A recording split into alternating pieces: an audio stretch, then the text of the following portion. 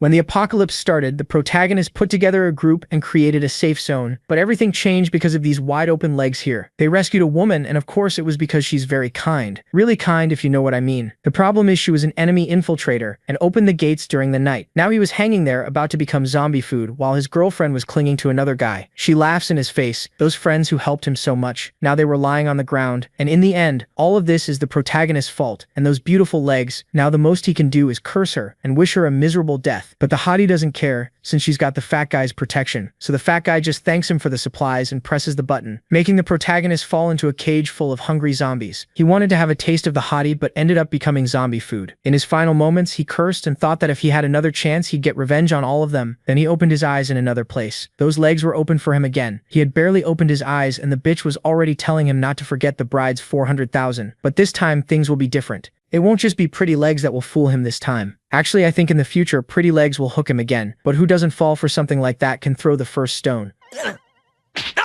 He already wanted to choke her, but that wouldn't be fun. So today he just kicked her out. This caught the girl by surprise, since before he was always like a little lapdog, but now he's a big dog and you can expect revenge. He has 1 month before the apocalypse begins, and this time there's something different. The system appeared to him, and there will even be rewards. He can trade points for overpowered supply boxes and body enhancements. To start, he goes straight to the food app. He ordered the best meal of his life. In his past life, he didn't eat anything decent for years. Now he's going to devour some good food. Suddenly his phone rings. It was the hottie with the big legs friend calling to annoy him. The protagonist just tells her to spend 5 minutes with P. Diddy with the clock stopped and hangs up on her. He let out all the resentment he had been holding in his soul. Now he needs to think about how to buy land and build a fortress. So that same day he goes to a real estate agency. The clerk seems very attentive, but soon the manager shows up to bother. He starts scolding the girl in front of everyone and tells her to go help unload the truck. She even tries to say she has a client, but the man says she shouldn't waste time on a broke guy. He even says that if he manages to buy a single bathroom, he'll do a live eating shit. The protagonist laughs and says he'll make sure he finds some nice fresh ones later. Then pulling out his card, he's here to buy land. Everyone is shocked since that's very expensive. The girl keeps helping him well and asks him to follow her. She shows up with a bunch of paperwork about land, asking him to check it, but he says he has some requirements, and if they're not met, he doesn't want it. The land he needs must be near mountains and fresh water, preferably running water. It would be good if it had large factories too. The girl finds it strange, but says she'll think of something. Suddenly the manager says there's land in the East District that meets the requirements, but of course the guy wouldn't have the money to buy that. Jiao Xiaoyong asks if it really has everything he needs there, and the answer is yes, but the girl warns that the factories weren't finished. Even so, the protagonist says he's going to buy that land. He tells the girl to be quick because there's someone waiting to eat fresh shit, and it really was paid. The manager went crazy that he paid 300,000 for land, where the factories weren't finished. So before leaving, he says he hopes he puts on a good performance in the live. The customers who were in the store say they'll record the scene, and another even says he ate lobster last night and asks if he wants some. And just like that, the first part of the system's mission was completed, and of course he used the bride money for that. Suddenly the big guy from his past life walks past the protagonist. He wonders what he's doing here, but when he looks ahead he sees his manager eating that. You can bet your next big guy, revenge is on the way. Nice. The scene then shifts to Kui Jing, who gets a call from Xu Xiang telling her Xiaoyang went to the real estate company. That instantly grabs her attention. Her first question is how Xiaoyang could afford land, and Xu Xiang tells her he probably used the money saved for their marriage. Kui Ping is furious when she hears her money was used for his own plans. Instead of calming her down, her friend tells her to go ask Xiaoyang herself. Meanwhile, Xiaoyang is thinking about his next move. The real problem is money. He needs a lot of it for supplies and to build his base. His thoughts are cut off by loud pounding at the door. It's not the police, just those two annoying women, both mad about how he used Kui Jing's money. Xiaoyang is confused and asks what this is about. Kui Jing doesn't let him explain. She accuses him of using her money to buy land, then even claims the land belongs to her. Xiaoyang thinks the whole thing is absurd. He throws a stack of cash at her and makes it clear he'd never spend a woman's money. Then he reveals he already knows she's been secretly dating Xu Qiang. That completely stuns her. Her so-called best friend jumps in and tries to smooth it over, saying it's just a misunderstanding between a couple. Xiaoyang doesn't buy it and calls Kui Jing out for cheating on him with her sugar daddy. He shuts the door in her face and tells them to leave. Even then, Kui Jing isn't upset about what she did. She only cares about how he found out. Her friend is shocked too. She had no idea about the secret relationship, and she's disgusted that it was with old man Xu Qiang. Even she realizes they have no way to pressure Xiaoyang now, so they'll need another plan later. The reason is simple. She's been waiting for her own chance. Now that Xiaoyang and Kui Jing are fighting, she wants to steal him for herself.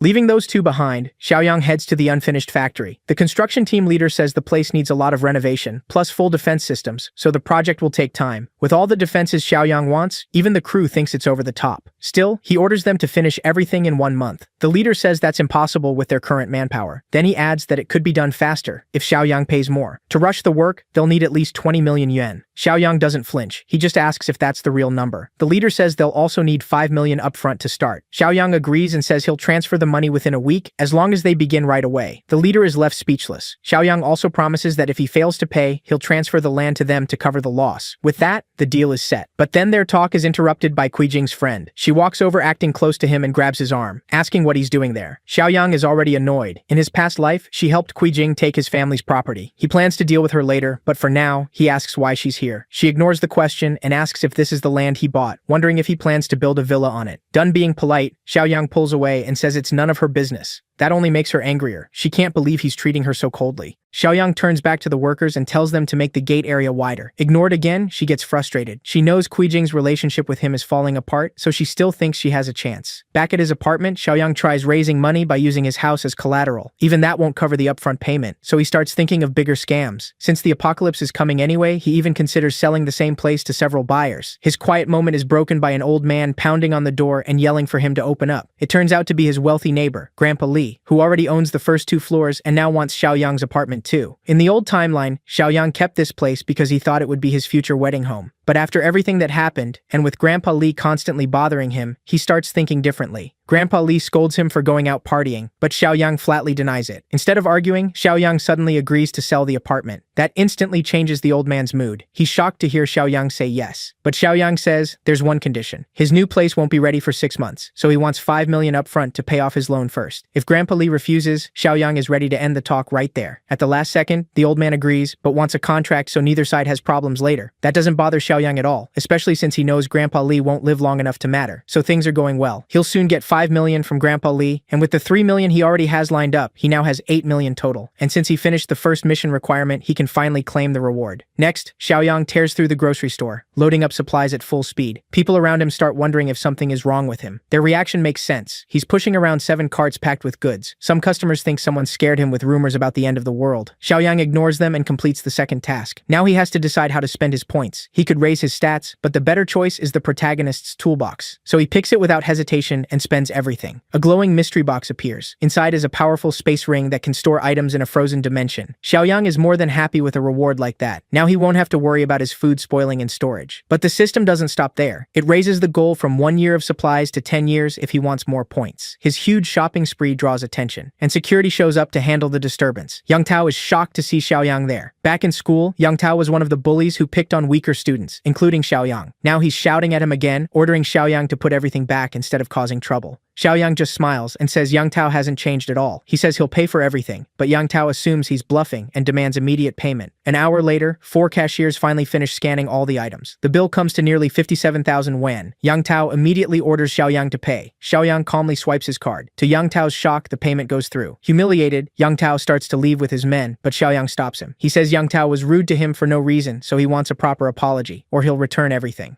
That makes Young Tao furious. He thinks Xiaoyang is clearly picking a fight. But with cameras everywhere, the other shoppers side with Xiaoyang and pressure Young Tao to apologize before he ends up viral online. Xiaoyang calmly reminds his old classmate that saying sorry won't kill him. He even says an apology might make him buy 10 times more. Young Tao thinks that's nonsense, so Xiaoyang decides to prove it by showing his account balance. Then he swipes the card again. Young Tao is stunned. He can't believe Xiaoyang has 7 million just sitting in his account. With no way to save face, Xiaoyang forces the embarrassed Young Tao to apologize. The bully finally gives in and lowers his head. To make it worse, Xiaoyang pats his head and tells him not to be rude for no reason. As Young Tao leaves, he asks why Xiaoyang bought so much stuff. Xiaoyang brushes him off. It's none of his business, and he's working on something big. Now much more respectful, the manager says huge orders like this would need a wholesaler. That gets Xiaoyang's attention, and he asks if Yang Tao knows any. Yang Tao says yes and brings up their old leader, Zhang Shengjie, who now works in wholesale. Yang Tao even calls him about a major client. Xiaoyang is surprised this jerk is still following the same boss even after school, and he wonders how much money they've made together. A little later, Yang Tao brings him to his boss. Then a car speeds up and stops right beside them. Out steps the same arrogant guy from school, Zhang Shengjie. He wants to meet this big client right away, and Yang Tao reminds him Xiaoyang was their old classmate. But so much time has passed that Shengji doesn't remember him. After staring at him for a moment, he finally figures it out. It's the kid who always stood up to their group and never followed orders. Shengji tries to mock Xiaoyang's clothes as fake, and Xiaoyang plays dumb about the brand. That reaction makes Zhang Shengji think he came for nothing. This kid can't be a real big client. He literally kicks Yang Tao and claims he can tell who's rich just by looking at them. Xiaoyang mocks him back, saying his aura is too weak to scare anybody. Provoked, Zhang Shengji grabs him by the clothes. Xiaoyang doesn't flinch and repeats himself. Funny enough, Shengji only gets mad about being called dumb. He completely ignores the part about acting superior. Yang Tao jumps in to calm things down, but gets kicked again for interrupting. Still furious, Zhang Shengji warns Xiaoyang he won't leave in one piece unless he buys a huge amount of goods from him. Xiaoyang stays calm and shows him his bank balance. The boss is stunned. Xiaoyang is ready to spend 1 million on the spot and says that's only the deposit. The full order will be 5 million. Now interested, Zhang Shengji asks what kind of goods he wants. Xiaoyang says anything people can eat or drink. Even with a huge customer in front of him, the greedy boss starts thinking about dumping nearly expired food on him. At the warehouse, Zhang Shengji shows him the stock and offers 10% off if he takes everything there. But Xiaoyang only cares about quality. He checks one bag and quickly exposes the problem. Most of the goods are close to expiring. Zhang Shengji didn't expect Xiaoyang to know this business so well, so he raises the offer to 50% off for the whole pile. Xiaoyang refuses again. If he's spending 5 million, he wants top quality goods. Still, he does say he has a use for the expired stock, which confuses the boss.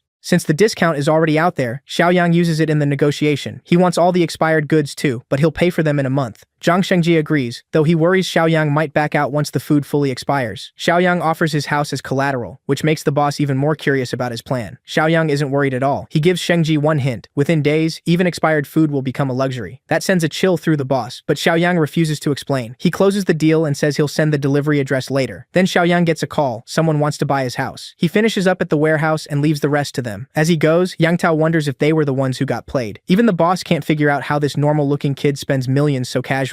In the next scene, the buyer sends a 400,000 deposit for Xiaoyang's house and agrees to let him stay there for 3 more months. Xiaoyang clearly doesn't care what happens later, because the world is about to fall into chaos anyway. He's surprised by how desperate the old man is. The man didn't even inspect the house before paying, so Xiaoyang asks why. The old man says it's for his granddaughter, who needs to transfer schools and needs a new place to live. They like the house, so they made an offer. Xiaoyang jokingly wonders if he should raise the price after hearing that, and the poor old man immediately gets scared. But Xiaoyang keeps the original price and assures him he won't do that. They sign the contract and the sale is done. The old man thanks him warmly and says he won't bother him anymore. But the moment hits Xiaoyang hard. People like this old man and his granddaughter probably won't survive the coming apocalypse. Wanting to do one last good thing, he stops him and asks for their current address. Next, Xiaoyang returns to the construction site to check on his place. The first payment already cleared, but the captain is hoping for the second. Xiaoyang says it's coming soon and asks how the work is going. It's about 80% finished. The doors and structure are built for solid defense, and the warehouse has already been cleaned up. Satisfied with the progress, Xiaoyang tells Zhang Shengji to send all the goods right away. Soon the supplies arrive and get stacked neatly. Xiaoyang even pays each worker 2,000 just for the labor. While they celebrate, he helps sort everything, making sure the perishables are placed properly. By evening, all the sorting is done. Xiaoyang looks over everything with pride. At last, he's gathered 10 years worth of supplies and earns 20 more points. He opens the system shop again and sees another box available. One good thing about the system is that he can gain powers before the zombie outbreak starts. He spends 10 points on the new mystery box and gets an ability called Mind's Eye. It lets him sense hostility and bad intentions in people. That'll be very useful in the apocalypse. Then the system gives him a new task, armed to the teeth. He now needs to collect a huge stash of weapons, which is exactly what Xiaoyang wanted anyway. That night, the story moves to a darker place, the black market. Xiaoyang walks through the crowd, listening to people talk about antiques. All kinds of shady people are here, including Xuqiang, who's arguing with a seller over the price of a bracelet. Watching him buy fake jewelry only confirms Xiaoyang's opinion. This guy's a scammer, and Kui Ping has no idea she's wearing fakes. While looking around, Xiaoyang finally spots something useful. He stops at a stall selling melee weapons and asks for the real good stuff. The seller suggests a knife sharpener or maybe a baton if he wants something blunt. Xiaoyang says he needs something even tougher than that. The shop owner assumes he's not serious until Xiaoyang transfers 200,000 straight into his account, proving he's here to buy. Now interested, the seller tells him to keep watching the stall while they go talk in private. In the storage room, the man shows him some homemade guns for 2,000 yuan each, but they're too weak to really kill anything. Xiaoyang rejects them. He needs weapons for zombies, not toys. The seller then shows him a replica revolver worth around 5,000 yuan. Again, Xiaoyang isn't impressed, especially after already paying 200,000 up front. That advance shocks the seller because Xiaoyang says the 200 grand is just 10% of what he plans to spend. He's ready to drop a full 2 million on weapons. That insane number leaves the seller wondering what kind of life this kid lives. Xiaoyang tells him to stop wasting time and keep going.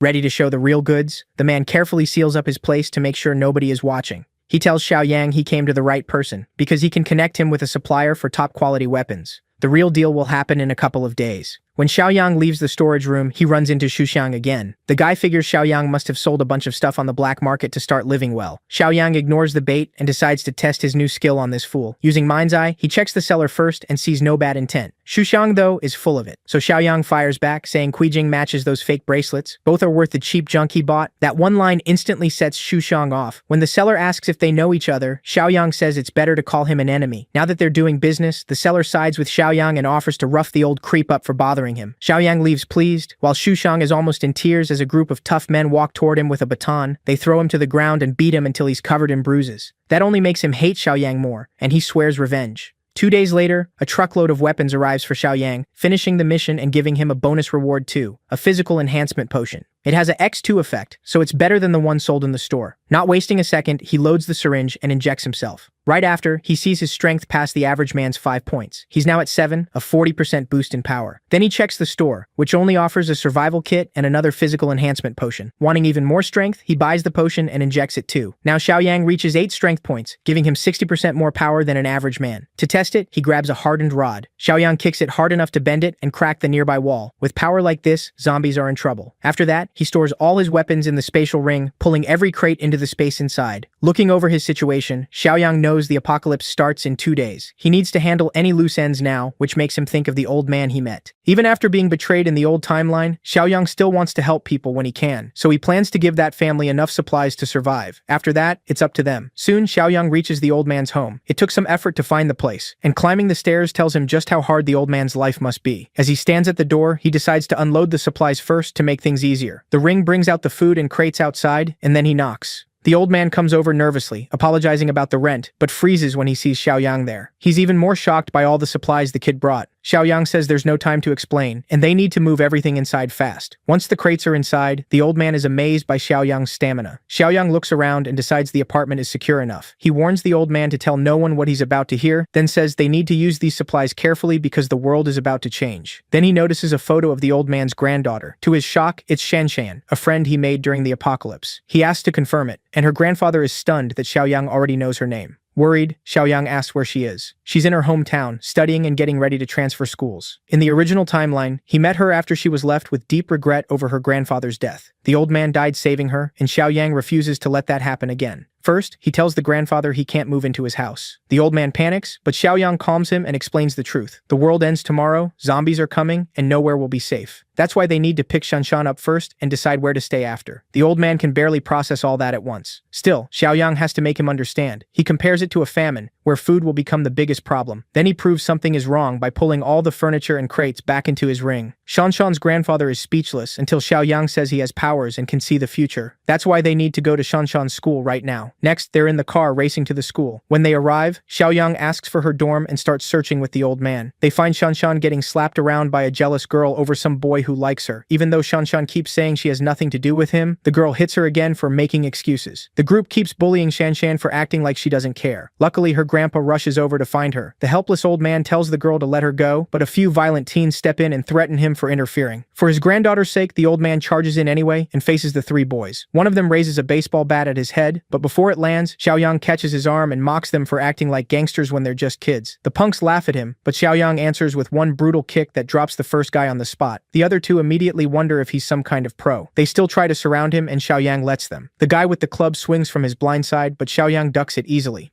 With his boosted body, his reactions are on another level. He grabs the attacker's collar and slams him into the ground, knocking him out cold. The leader then tries to sneak in with a knife, but Xiaoyang turns with him and drives a hard kick just under his thigh. The pain is so bad the guy goes down instantly. Just like that, Xiaoyang puts the last idiot to sleep. Then he walks over to the girl who bullied Shanshan. One hard slap tells her the fight is over. She can barely process what happened. Xiaoyang grabs the other girl and yanks her hair, then presses a blade to her neck, making her tear up in fear. A quick swing follows, and she screams. For a second, even Shanshan thinks he just killed her. But no, he only chopped off her hair. She screams that she'll never forgive him, but Xiaoyang couldn't care less and says he did her a favor by taking off the extra weight. He even tells her she'll understand in a few days. Then he tells Shanshan they're leaving. She doesn't know where they're going, but follows anyway. Soon they're driving to a new place. Her grandpa explains what's happening, calling it a famine-type disaster. Shanshan is doubtful and thinks he got tricked by another scam. He insists it's real. Watching them bicker like this makes Xiaoyang smile. He's glad she's still happy in this life. Xiaoyang tells her he was the one who warned her grandpa.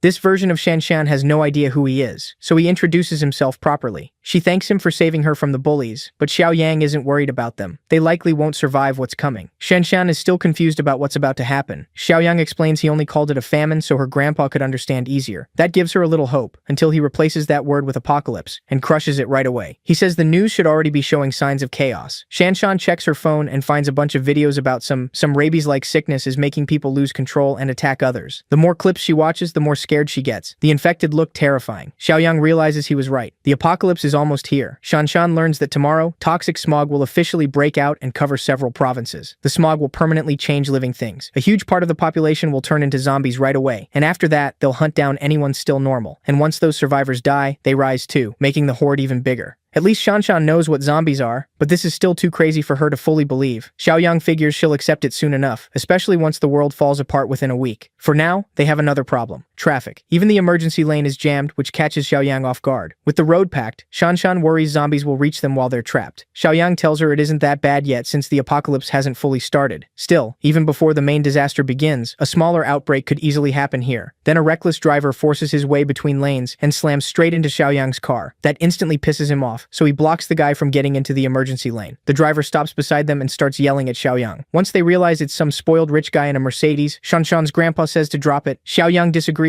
If this guy drags them out, he's dead. An hour later, traffic finally clears and the issue seems over.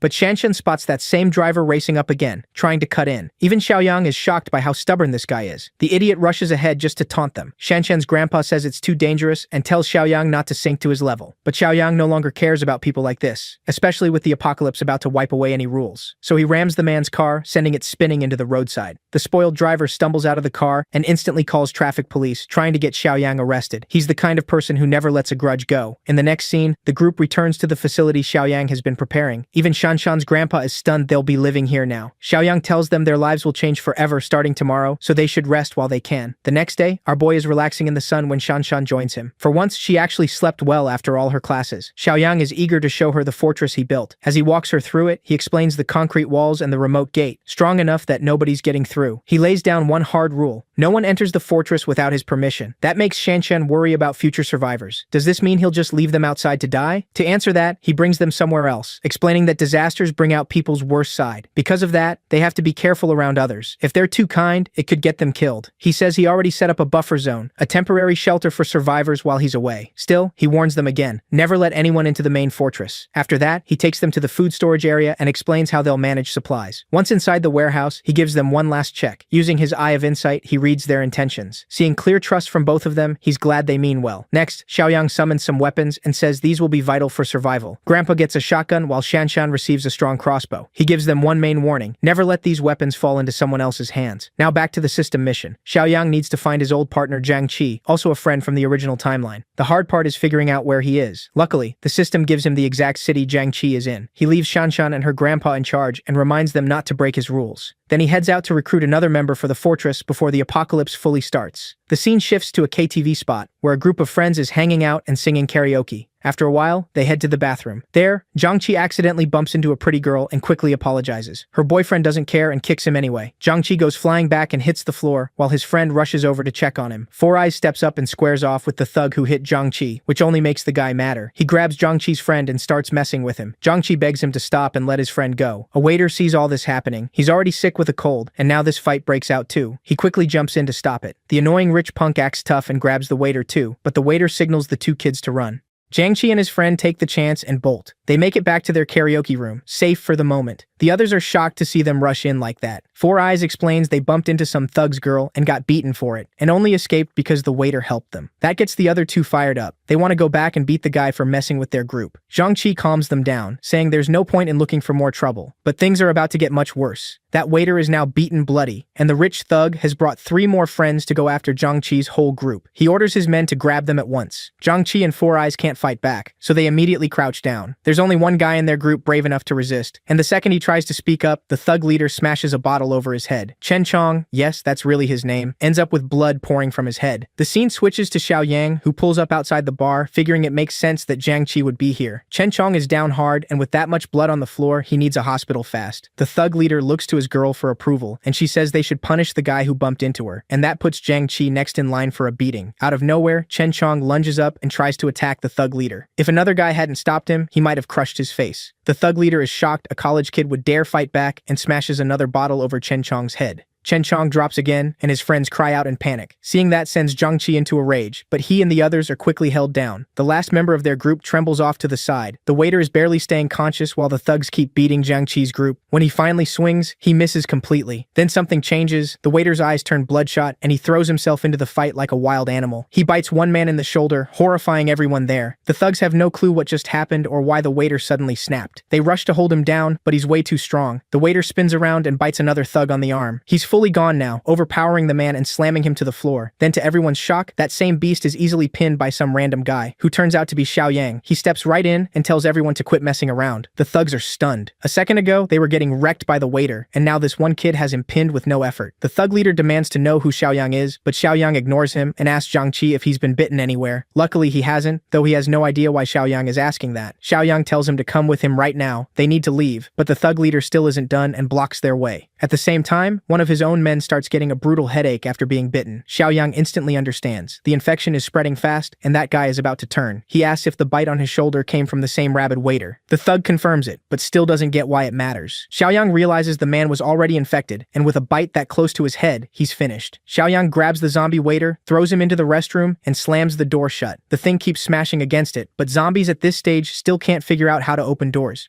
Then Xiao Yang turns back to the thugs. Xiao Yang gets ready to throw down and asks Jiang Qi which one he should hit first. The funny part is Jiang Qi doesn't even know who Xiao Yang is, so he's totally lost. Mad at the kid's attitude, the thug leader charges in to shut him up. Xiao Yang embarrasses him in one move by grabbing his face, then slamming his head into the floor. The infected lackey rushes in next, but Xiao Yang drops him with one hard hit to the face. The guy collapses, and his friend is shocked. One punch shouldn't have done that. Then the fallen thug starts twisting in pain. Xiao Yang tells the rest to come try him too if they need a lesson. Then he turns to Jiang Qi and orders him to take his friends to the private room and wait outside. Jiang Qi doesn't argue and helps his injured friend out. The thug leader and the others stop acting tough once they realize they can't win. But Xiao Yang isn't letting them walk away that easily. He calls the leader a drunken idiot who almost got his brother killed and decides to repay the favor. He shoves the thug inside and locks the door behind him. The thug leader pounds on it, but it's useless. The door's locked from outside. His infected lackey has already turned into a zombie and jumps at the closest target. A moment later, Xiao Yang hears them screaming as they're torn apart. When a staff member comes over, Xiao Yang tells him to secure the door and call the police, saying there's a dangerous rabid flu patient inside. The worker freezes for a second until Xiao Yang yells at him to do it now, so he quickly locks it with a key. After that, Xiao Yang helps Jiang Qi's group get outside. Meanwhile, the staff worry about the noise from the room and repeat what they heard, that there may be a rabid flu patient inside, though nobody knows for sure. Once they hear that, they rush to the security cameras. But the second they see the footage, their faces turn pale. Everyone in that room has become a flesh-eating monster, ripping each other apart, so the staff call the police right away. Luckily, Xiao Yang and the others make it out of the karaoke bar alive. He gets them into the car, and they drive off fast. Jiang Qi is thankful, but he still has no idea who this guy is. Xiao Yang finally introduces himself and says a client hired him to protect them, but he can't reveal who. One of them questions the rabid flu, saying the internet says it isn't real. Xiao Yang reminds them what they just saw and asks if that looked fake too. Four Eyes nervously asks if there's a cure. Xiao Yang says no, and from here things are only going to get worse until the world falls into chaos. Zombie attacks have already started. The infection is spreading fast, though for now it's still a local outbreak. Most infected people are still incubating and will turn soon, so if Jiang Qi and his friends want to survive, they need to follow Xiao Yang exactly. They all agree. Right then, Xiao Yang gets a mission complete message that unlocks new store items, including some supplies he'll need later. The one that catches his eye most is the post-apocalyptic cultivator box. Since all three boxes look useful, he decides to open them back at the fortress. Still, he knows he needs to earn their trust. In the original timeline, Jiang Qi's friends were killed because one of them betrayed the group, and that traitor is still among these three. Now it's basically a game of Among Us to figure out who it is. For now, let's check on Kui Jing. She's terrified of going to the supermarket after seeing the news and wants her supplies delivered straight to her door. Then someone starts banging hard on her door, and Kui Jing panics. She quickly hangs up on Xuxiang. When she looks outside, she finally relaxes. It's just her best friend, who says the first-floor neighbor was dragged away by police in an ambulance. Looks like he was infected too, which explains why the whole building feels so tense. Her friend asks about the supplies Xuxiang promised, but they still haven't arrived, so she comes up with another plan. Feed Xuxiang's ego and tell him Xiaoyang has a stockpile of supplies. Kuijing asks how she knows that, and it turns out her friend had someone spying on him and learned he keeps ordering huge amounts of goods. Kuijing can't believe her ex knew about the apocalypse early. Her friend pushes her to tell Xuxiang everything so they can steal Xiaoyang's stash and get rich. Back at the fortress, Zhang Qi is stunned. He never expected someone to build a real fortress. Xiaoyang says everyone reacts that way. Shanshan and her grandpa are happy to see him back. He tells them everything is under control and introduces Zhang Qi and the others. He says they'll be staying here from now on, then introduces Shanshan and her grandpa in return. They welcome the newcomers right away since Xiaoyang brought them. Xiaoyang asks Grandpa to show them around and explain the rules. One of the guys immediately asks for weapons to protect themselves. That only makes Xiaoyang more suspicious, since he already knows there's a mole in Zhang Qi's group. Four Eyes tells Yiming to relax. It's way too early to ask for weapons when they haven't earned trust. Xiaoyang says they can have weapons in a few days, but first they need to take care of the injured Chen Chong and help him recover. Inside the fortress, they clean up and change clothes. Yiming is annoyed that his friends stepped in, thinking they would have gotten weapons otherwise. He actually believes they're being kept prisoner instead of protected, but Four Eyes reminds him Xiaoyang saved them, so that doesn't make sense. They're all curious about who Xiaoyang really is, since all they know is that some secret client hired him. Yiming stays hostile for no reason. He's also angry that Chen Chong isn't being treated more directly because of the fear he might be infected. The idiot even thinks Xiaoyang's group wants to harvest their organs, so he says they should strike first. Four Eyes warns that if they're wrong, they'd be betraying the man who saved them. Yiming doesn't care. He wants power and plans to take the fortress for himself. He even says they should get rid of the little girl and the old man while Xiaoyang is gone. Zhang Qi and the other friends stare at him like he's crazy. Realizing that, Yiming quickly laughs it off and says he was just joking, which eases the tension a little. Four Eyes points out again that if Xiaoyang wanted their organs, he wouldn't let them move around so freely. But Yiming is still planning to act alone. He wants the fortress, and thinks being ruthless will help him take it. Later, Xiaoyang meets with Shanshan and her grandpa, who tell him Chen Chong is resting in the infirmary, and everything has been locked down like he ordered. Pleased, Xiaoyang thanks them and tells them to rest while they can, because tomorrow will bring even more trouble. He also warns them to watch Zhang Qi's other two friends closely, since he suspects one may betray them. That night, Xiaoyang goes to the supply warehouse. He opens the system store again and starts with the cultivator box. Then he buys the sugar, oil, and protein supply box, and finally the armed deterrence box. Opening all three gives him 50 corn seeds, a pile of food, and 1,500 rounds of ammo for later. The haul is amazing and gives him a huge edge for what's coming. The next day, more trouble shows up. That rich jerk who swore revenge comes back with his crew to tear the place down. He tells his men to break the gate, but no matter how hard they try, they can't even damage it. Their boss is furious that the gate is that strong, so they pull out heavier stuff and switch to Molotov cocktails, throwing them inside. The fire spreads fast. Shanshan and the others rush to put it out. That only makes her trust Xiaoyang's warning even more. Things really are getting worse. But Xiaoyang never backs down. He grabs a rifle to deal with whoever came for them and heads to the watchtower to see who's outside. Shanshan's grandpa is the first to notice it's the same rich jerk from the highway. The men outside also notice people up in the watchtower. The snob yells for Xiaoyang to come out or he'll burn the whole place down. Staying calm, Xiaoyang tells them they have 5 minutes to leave. That only makes them madder, and they threaten to torch the fortress with 2 crates of Molotovs. Just then, the system gives Xiaoyang a new mission. Grandpa panics and suggests a warning shot. The mission is simple. Wipe out the group attacking the fortress. Xiaoyang knows a warning shot won't stop men like this. They're criminals with no care for anyone else. He takes aim, knowing he can't let them keep threatening innocent people. Then Xiaoyang pulls the trigger. The bullet tears a man's arm apart and he drops, screaming in pain. Xiaoyang had aimed for the head, but he's rusty with guns and still adjusting. Even so, blowing off the man's arm is enough to break their nerve, and they start running. Xiaoyang knows if he lets them go, they'll just come back tomorrow. So he opens fire and kills them all. A few who make it to the car shove their boss inside, while he screams at the driver to floor it. They try to escape in the car, but Xiaoyang sprays it down with his rifle. The way he handles the weapon makes the old man wonder who this kid really is. It ends badly for the attackers, the car is wrecked, and every one of them is dead. After that, Xiaoyang tells Shanshan's grandpa to have the others clean up. But then he changes his mind. Since the apocalypse is just starting, he decides to leave the bodies outside. Once they turn, they can be used for zombie practice. What Xiaoyang doesn't know is that Xuxiang is also on the way, with Kuijing and her bestie. Kuijing is already annoyed by how her friend keeps flirting with the fat guy. Soon they arrive at the factory. Kuijing wants her friend to come with her, but she suddenly gets nervous and refuses. Kuijing says she has to come, otherwise they won't know which factory belongs to Xiaoyang. When she still refuses, Kuijing drags her out anyway. The two girls head toward the gate, while Xuxiang tells his men to get ready. Once he gets the signal, he'll drive in, and the others will move too. As they walk up, the shady bestie asks why she was forced to come. Kuijing says they're too much alike for her to trust her. The girl claims she's only acting flirty so they can trick Xiaoyang more easily. Then they spot a bunch of bodies on the ground and instantly realize a gunfight happened here. Both freeze in fear and think about turning back, but then figure these people probably came for Xiaoyang's supplies too. That makes them wonder if Xiaoyang died in the shootout. They don't really care, as long as the supplies are still there. They think about calling Xuxiang in, but Jing decides they should sneak in first. So the girls approach the main gate, only to find it way too thick and sealed tight to enter. Now they start wondering if Xiaoyang survived. From the tower, Shanshan calls down and asks what they want. The two immediately pretend they're Xiaoyang's friends. Shanshan quickly reports this to Xiaoyang, which makes Jing even more annoyed, thinking he's gotten close to another girl. Her friend tells her to stay focused. They're dealing with armed people. Jing still trusts Xuxiang to handle them since he brought guns too. The real problem is getting through the gate. Xiaoyang comes over himself and wonders why Jing and Wenshuya are here. He immediately uses Eye of Insight to read their intentions. They act sweet and worried, but he can tell they're hiding bad intentions and don't trust him at all. Xiaoyang laughs at the act, then openly reveals that he knows Xuxiang and his men are hiding nearby too. Both women are stunned and have no idea how he found out. He doesn't play along and fires a warning shot.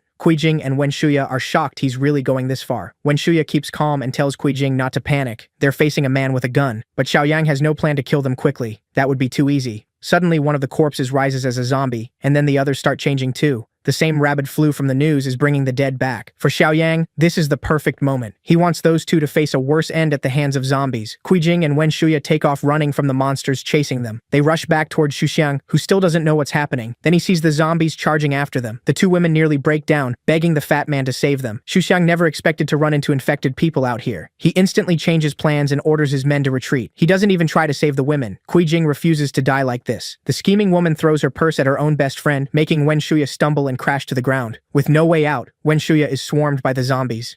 They rip into her and start feeding. As she's being eaten alive, Wenshuya curses Jing and says she'll die just as horribly one day. Jing keeps running, convinced she did what she had to do. Watching it all, Xiaoyang earns system points for removing another threat, while Shanshan is horrified. He also gets a new mission, to kill the zombies still wandering near the base. Shanshan can't believe the infection is strong enough to bring the dead back. With that, the apocalypse has truly begun. Xiaoyang tells her more mutations are coming, and infected people can turn even after they die. Knowing everyone needs to hear this, he calls an emergency meeting. In the next scene, the group sits down to plan. Xiaoyang tells everyone to stay alert and seal the place completely. Their bodies need time to adjust to the infection source. If they adapt well, the risk of sudden mutation drops. Even so, Jiangqi is deeply worried about his injured friend. Chen Chong is still in the infirmary, and the infection is slowly getting worse. Outside, the city is falling into chaos. Then the story shifts to Jiang Xingje, who tells his family to stay home while he goes to the warehouse for supplies. He warns them not to open the door for anyone. But right then, someone starts pounding on the door. He signals his family to stay quiet and walks over with a golf club, ready to smash any infected person who gets in. When he sees it's only Yang Tao, he drops his guard. That turns out to be a huge mistake, because Yang Tao brought others with him to beat his boss down. They kick him to the floor while he yells for them to stop. After years of being treated well, Yang Tao still betrays him. Yang Tao snaps back that he was never treated well, he was humiliated and ordered around. Jiang Xingje reminds him he even paid a house down payment for him. But Yang Tao says that means nothing to a rich man who can buy several houses. What he wants now are the warehouse keys. Jiang Xingje refuses, so Yang Tao turns on his family. He grabs the wife by the hair, and their little boy screams at him to let her go. The child can't do much, and Yang Tao slaps him hard anyway. Jiang Xingje roars at him for hurting his wife and son. Yang Tao coldly says they won't get hurt if he cooperates. Next, they force him back to the warehouse. He unlocks it, and they go inside. But Yang Tao is furious to find almost nothing left. The boss explains that Xiaoyang recently bought nearly everything, even the expired food. Hearing Xiaoyang's name, Yang Tao gets an idea. If they rob him instead, they'll have enough supplies for years. Even the boss knows that's a terrible idea. From his last run-in with Xiaoyang, he can tell the guy isn't easy to mess with. He even suspects Xiaoyang knew about the apocalypse before it started and got ready early. Yang Tao doesn't want to risk himself, so he forces his old boss to handle it. Jiang Xingje is confused until Yang Tao threatens his family. If he can't get Xiaoyang's supplies, his wife and son will suffer for it. For him, it's a hopeless mess. Back at the fortress, Jiangqi's friend is in bad shape. He's become like a beast, with no reason left. The group watches in despair as their friend is reduced to this state.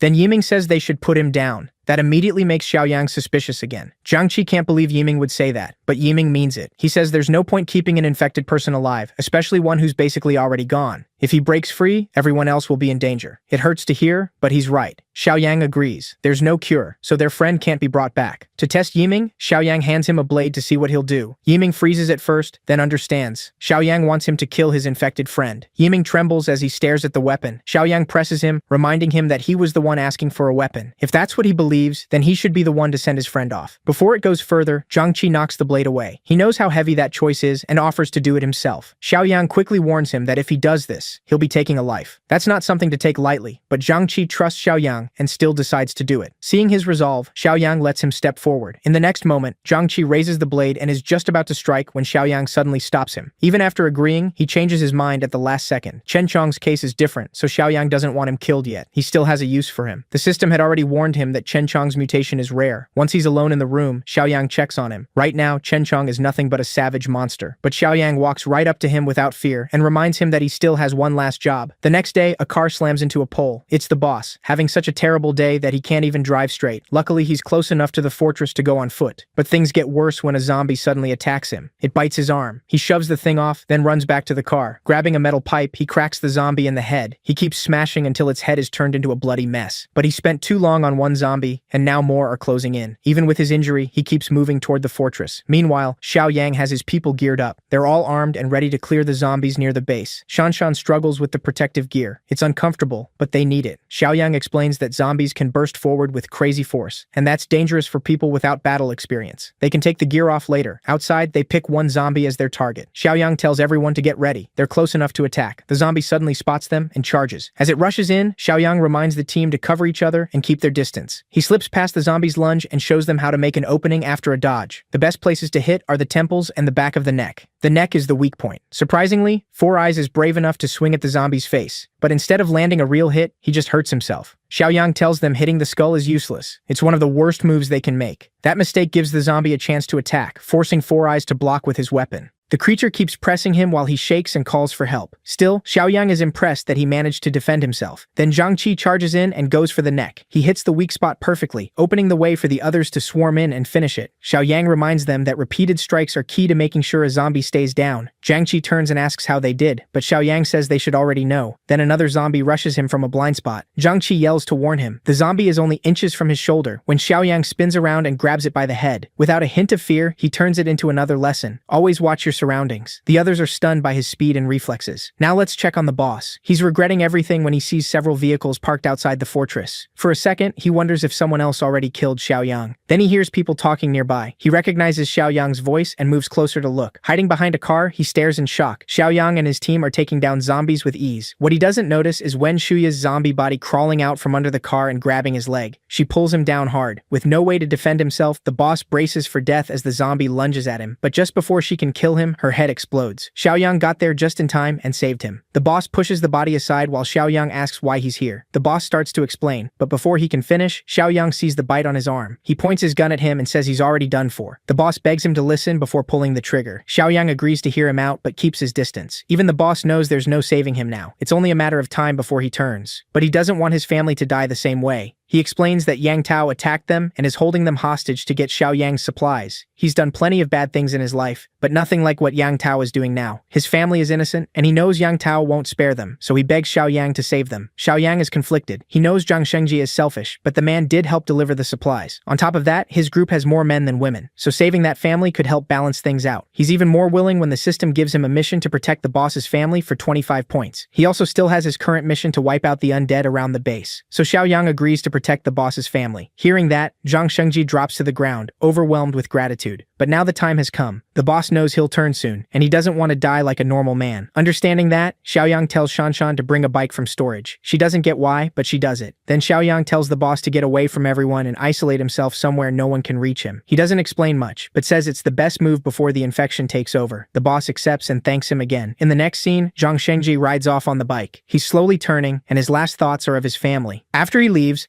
Xiaoyang looks over the pile of dead zombies. He pours gasoline on the bodies and burns them all to ash. Their training session is officially over. Xiaoyang is now sure the team can handle scattered zombies if they work together. But with their current level, they still can't face even a small horde. That will take more time. Xiaoyang tells the team to follow him, and soon they arrive at another storage room. Our boy has the old man watch the weapons storage tonight while he heads into the city. Of course, Shanshan's grandpa is worried. Going into a ruined city sounds crazy. Jiang Qi and Four Eyes offer to come too, but Xiaoyang refuses. The mission is too dangerous for their current skill level, so they need to stay and guard the fortress. With that decided, a few minutes later he's already in his car, armed and ready. For the first time in forever, the store is empty. Even the refresh feature takes time. This time, he spends points to refresh the whole list. New loot boxes appear that he's never seen before. Black tech, life-saving, and armed threat boxes. But each manual refresh doubles the cost, so he has to use it wisely. Even so, Xiaoyang decides these new boxes are worth spending his points on. For now, he only buys the black tech supply box, leaving himself 6 points. When he opens it, he gets a physical enhancement potion that gives 5 points this time. That's a much bigger boost than before. Now pushing into superhuman strength, Xiaoyang injects the potion. His body absorbs it, making him stronger than ever. His real destination is the boss's house. Inside, the boss's wife and child tremble, hoping Zhang Shengjie will come fix everything. After a while, Yang Tao and his goons enter the room. The helpless woman asks what they plan to do. One scumbag grabs at her and says they'll enjoy themselves while her husband is gone. She fights back as best she can, begging them to stop. The thugs start tearing Xiaoli's clothes while her desperate son tries to shove one away. Then the ponytailed man, Li, walks in and asks what all the noise is. A goon says they're about to have some fun and tells Li to join them, but Li shuts it down. The job isn't done, so they need to focus. The thug complains, asking why it matters when they've done this before. Li snaps and reminds him that this is Zhang Shengjie's wife and kid. If she breaks down or kills herself, Zhang Shengjie will have nothing left to lose, and then he'll come for all of them. Li says they can deal with her later after her husband is handled. The thug grumbles but backs off. The goons start leaving, though one gives her a creepy warning to wait her turn. Mother and son can only cry. Night falls, and zombies begin roaming the streets. Driving through the empty roads, Xiaoyang thinks about his growth. With 13 points in stamina, he's over twice as strong as a normal person, and his reactions and control are far better too. He speeds through blocked streets, drifting around corners and enjoying the rush. But the whole area is packed with zombies, so he decides to leave the car behind. The city center is close, and driving any farther would draw too much attention. As he continues on foot, he hears roars. He turns and sees 2 zombies charging him. Xiaoyang doesn't panic. He dodges the attack, drives his shoulder into one of them, and hurls it away, sending it crashing into the other zombie. Then he summons his sword and rushes in again, not holding back. With one swing, both zombies are beheaded. To him now, they're just test dummies for his new power. He's stunned by how easily he crushes them. He's clearly more than twice as strong as an average person now. His senses are sharper too, and with his enhanced hearing, he can tell his target is only about 800 meters away. Nearby, a group of zombies keeps smashing against the door of a grocery store. Inside, the survivors pile heavy objects against the entrance, hoping it holds while they find a way out. A scared brat asks his father if they're going to die here. The man tries to calm him down, saying these monsters can't get in, and even if they do, they'll be reunited with his mother. That doesn't help much, and the kid starts crying harder. The officer gets annoyed by such a stupid thing to say, but the father fires back that if the officer was so smart, he'd be a property manager by now. Even the officer starts worrying they may really die here. Then gunshots ring out. One zombie at the door gets its head blown apart, and the brat drops in shock while his father has no idea what just happened. The officer tells them to move the heavy stuff and check outside, but warns them to stay quiet. When they peek out, they see all the nearby zombies are already dead, so they cautiously step outside. The brat suddenly yells about a mutant. His father asks what he means, and the kid explains it's a zombie that's stronger and faster, just like in comics, novels, and games. Old Song gets irritated and snaps at his son for still thinking about games in a life or death moment. He says that's probably why the kid always got bad grades. The officer cuts in, telling him to stop arguing. Grades have nothing to do with this. He tells them to hurry and watch their surroundings as they slowly head toward the base. When they reach a fork in the road, they stop. Old Song looks across the street and spots a young man standing there. It's Xiaoyang, busy using his system to add points and adjust his stats. The brat instantly screams that it's a mutant zombie, but the officer quickly realizes this is clearly a survivor, not a zombie. Xiaoyang notices them, laughs at the kid's mistake, and tells him to stop imagining things. The officer relaxes when he realizes it really is another survivor. He carefully walks over and says it's too dangerous to be alone. They need to stick together, so he invites Xiaoyang to join them. Xiaoyang asks who they are and why only a few of them are out here. While watching the area, the officer explains they're searching for supplies and that many civilians are still gathered at Rongxiang Garden. Hearing that, Xiaoyang remembers Junyu Mansion is nearby. Old Song nods and says it's right across the street. He urges Xiaoyang to come with them, saying there's safety in numbers. Officer Li has a gun, and they know how to deal with zombies. They have no idea who Xiaoyang really is, and he doesn't brag. He simply agrees. Then they move on carefully. Old Song asks why Xiaoyang wants to go to Junyu Mansion and whether he's looking for someone important. Xiaoyang says yes. Old Song asks if it's family or a girlfriend. Then he warns him to be ready for the worst. This is the end of the world, and that person may already be dead. Officer Li grimly agrees. Even if they survived the zombies, they could have run into those beasts.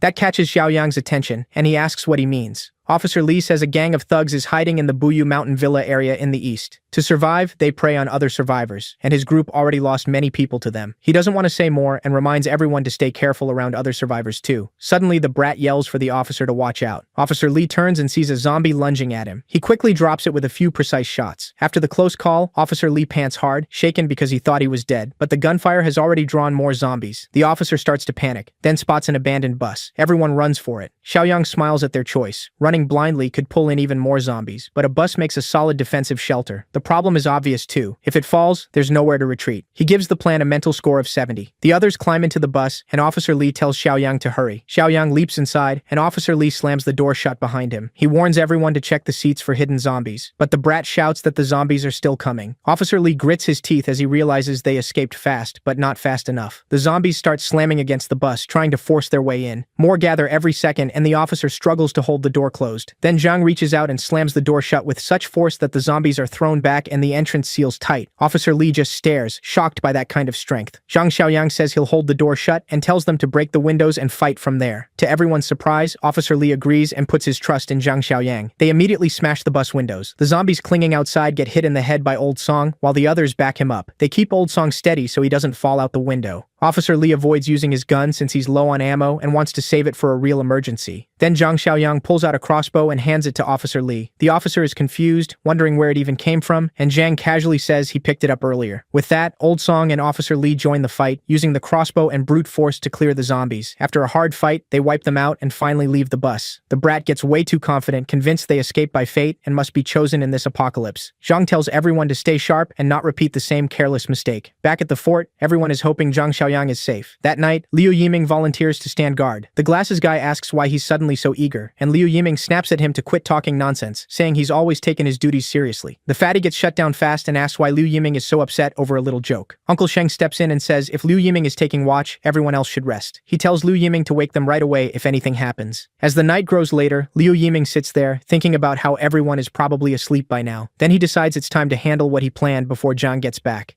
Meanwhile, the old man is fast asleep, with the weapon room key beside his pillow. He doesn't notice when Liu Yiming quietly slips into the room. As Liu Yiming moves to the old man's bed and reaches for the key, he's caught off guard when the old man wakes up just in time. He demands to know what Liu Yiming is doing, but before he can say more, he gets punched hard in the face by Liu Yiming. Grabbing the key, Liu Yiming takes off while the old man yells for him to give it back. The noise wakes everyone up, and the old man quickly tells them Liu Yiming stole the weapons room key. They all rush after that bastard, but while running, he throws junk behind him to block the way. The whole group stops there. It's almost funny. They could just jump over it, but they freeze like game characters blocked by an invisible wall. Liu Yiming spots the nursery on the way and decides he may as well go all in. He enters the room where Chen Chong, now a zombie, is strapped to the bed. As Liu Yiming moves closer, the zombie suddenly swings with its free hand. Liu Yiming is surprised. The other hand was supposed to be tied down, so he wonders if the straps were too loose. That actually makes him happier since now he doesn't have to untie the zombie himself. Meanwhile, the others finally get past the mess, and what they see in the hall is bad news. They're furious that Liu Yiming went this far just to free Chen Chong from the infirmary. The old man regrets not seeing earlier what a snake Liu Yiming was, but Shan Shan says regret won't help now. Since the weapons are locked away, they need to get the zombie back into the infirmary first. Uncle Sheng decides to use the method Zhang Xiaoyang taught them. Be careful and don't get bitten. Keeping that in mind, they move toward the zombie. Zhang Shi quickly grabs the bastard by the neck while the other two pin down its arms. The old man helps the most by pointing to the infirmary and telling them to drag it back. On the count of 3, they shove the zombie back inside and lock the door as tightly as they can. Once it's trapped again, someone says handling the zombie felt easier than expected, and the others agree. But the old man reminds them they wasted too much time, and that brat has probably already gotten the weapons. Right then, Li Yuming appears and mocks the old man for calling him a brat. Worst of all, he now has a gun. He's annoyed the storeroom only had one, but says one is enough to kill them all, then he'll look for the rest. Li Yuming aims the gun and orders them back into the room. Jiang Qi tries to talk him down, reminding him Zhang Xiaoyang saved everyone and gave them a chance to live. But Li Yuming says Zhang always acts superior, and saving them doesn't mean they owe him their lives forever. The old man calls him an ungrateful punk. Inside the infirmary, Chen Chong seems to have plans of his own, and it looks like he's about to join the fight. But before that can happen, the scene shifts to Rongxiang Garden, where Officer Li carefully explains the way to Jinyu Mansion. He warns that the area is confusing and perfect for zombies to hide, so Zhang needs to be careful. He tells Zhang Xiaoyang to come back to Rongxiang Garden after finding the people he's looking for, and says the side gate is safer than the main entrance. Zhang thanks him and says he'll remember that. As Zhang heads out, Old Song offers to go with him since he saved them, but Officer Li says they don't know what's waiting inside Jinyu Mansion. If they run into a zombie horde, they'll all die. Old Song asks why they're letting Zhang walk into that alone. down. Officer Lee says he's warned Jang all he can. The rest is up to him, though he admits Jang is clearly capable. Meanwhile, the outside area is packed with zombies. Inside, the thugs holding Zhang Sheng's family hostage are getting irritated that he still hasn't returned. One thug doesn't care and says he's waited long enough. Tonight, he's taking it out on the wife. These idiots are still waiting for a dead man. One of them at least guesses Zhang may already be dead since he went out alone. Another says when they have their fun, they'll tie the woman up so she can't kill herself. Since they don't know how long they've got, they decide to enjoy themselves now. The woman trembles as she hears their plan. Ponytail finally gives them the go-ahead, but warns them not to let anything happen to the woman while they're messing around. Then Ponytail notices something strange outside. All the zombies out there have suddenly dropped dead. He doesn't know why, but we do. Ponytail goes out to check, thinking it might be a rescue team. But the moment he steps outside, his story ends. As he moves forward, a dagger flashes, slashes his throat open, and his head rolls across the ground. Back in the room, the other thugs are ready to take their prize. Grinning, they start undoing their belts. They rip her son away from her and slap her hard when she yells. They toss the boy aside, but the kid still fights back with everything he has. The thugs kick him out, then slam the door and leave him outside. Right then, Ponytail's headless body drops to the floor, and the kid freezes in shock. Then he sees a figure standing at the doorway. There's nothing to fear. It's Zhang Xiaoyang. Zhang asks if Zhang Shengjie is his father. The boy stammers before finally answering. Inside, the thugs are already tearing at the woman's clothes while she struggles to cover herself. One smug thug slaps her again and tells her to scream while they harass her, but she stays silent so her son won't hear. The thug decides he'll go first, then let the others have their turn. Before he can, the door crashes open. One thug thinks the kid kicked it in, but before he can react, his head is sliced clean off. His friend, still clueless, asks why he's just standing there and tells him to kick the brat out, without realizing the guy is already headless. A second later, the body drops, and the others are stunned. They still can't figure out what's happening when Zhang Xiaoyang grabs one of them and slams him hard against the wall. The thug, still messing with his belt, stammers and asks who Zhang is. Zhang doesn't answer. He just kicks him in the face and ends him on the spot. Back at the fort, Li Yuming points his gun at everyone and gives one last warning. Move, or he shoots. The old man tells the others to do what he says and head into the room. Shan Shan refuses, but he insists and says he'll figure something out later. Li Yuming only grins and says there's nothing to figure out. He warns them they haven't seen how ruthless he can be, then decides to start with the old man for talking too much. The two people behind the old man try to calm him down, but in the middle of it, they hear something. The infirmary door lock starts turning, and then the door swings open. To everyone's shock, Chen Chong somehow used the key and got out. No one can believe he unlocked it himself while still in that berserk state. But one thing is obvious. Chen Chong is staring straight at Li Yuming with pure killing intent. Li Yuming quickly aims his gun, set on killing the monster before it gets closer. He pulls the trigger, but the gun jams and he instantly knows he's done for. Before he can react, the monster leaps at him and rips him apart, ending the man who'd kept everyone terrified. Chen Chong doesn't stop there. He drags Li Yuming's corpse back toward the infirmary. No one understands what's happening. They just stare in shock. Then Chen Chong picks up the infirmary key, throws it away and locks himself inside again, leaving the others completely stunned. Meanwhile, Zhang Xiaoyang finishes off the thugs and unties the wife. Then he calls the boy over. The mother pulls her son close and asks what Zhang wants with him. Zhang doesn't explain. He just tells the boy to come here. After a moment, the kid decides to trust him and tells his mother it'll be okay. When he walks over, Zhang gives him a dagger and tells him to kill the men who hurt them. The thugs instantly realize what's about to happen and start begging. Even the mother objects, saying he's only a child. But Zhang says he isn't just a child anymore. From now on, he has to protect his mother, so he needs to find his courage and kill the monsters who harmed her. The thug's filthy smiles flash through the boy's mind, and with all his fear turned into anger, he rushes at them and finally kills them, getting revenge for his mother. The mother watches in horror, while the boy is swallowed by rage. Because even now, his father still isn't coming back. Broken and desperate, he asks Zhang if his father is really dead.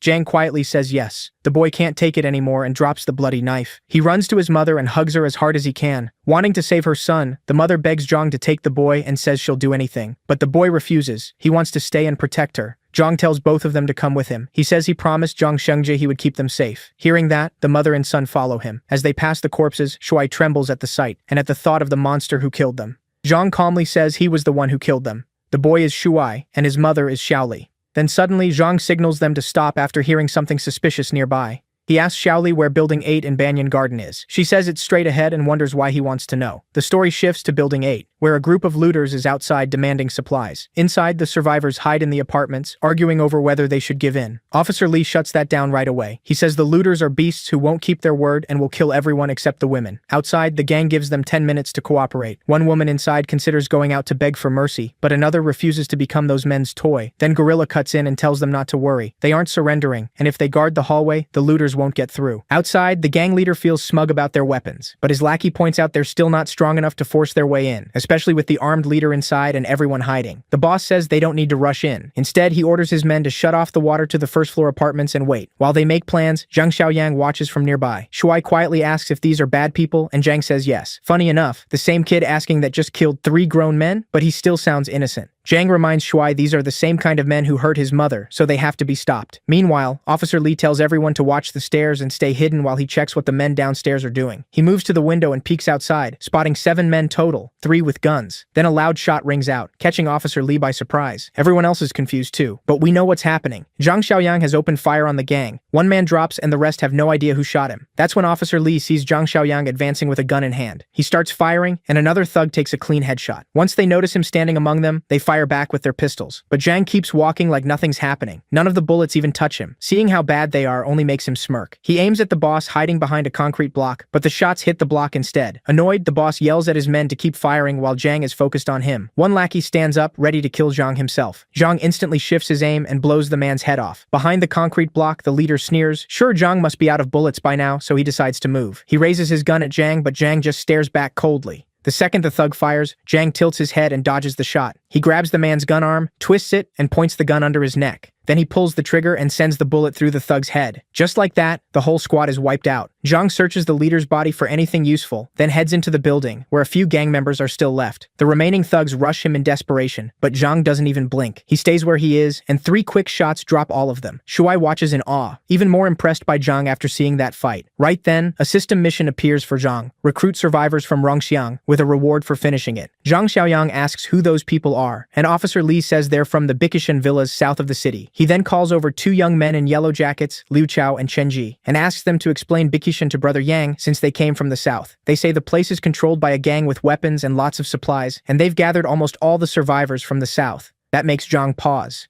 He wonders if Bikishan is where Li Xuxian and Kuijing built their settlements in his past life. Maybe they took over there. Then he asks if Bikishan is now the only settlement left in the south. One of the men says it wasn't always like that, but the gang had weapons, and weaker shelters couldn't fight back. Every time they took a place, they killed half the people and took the young pretty women, along with anyone willing to join them.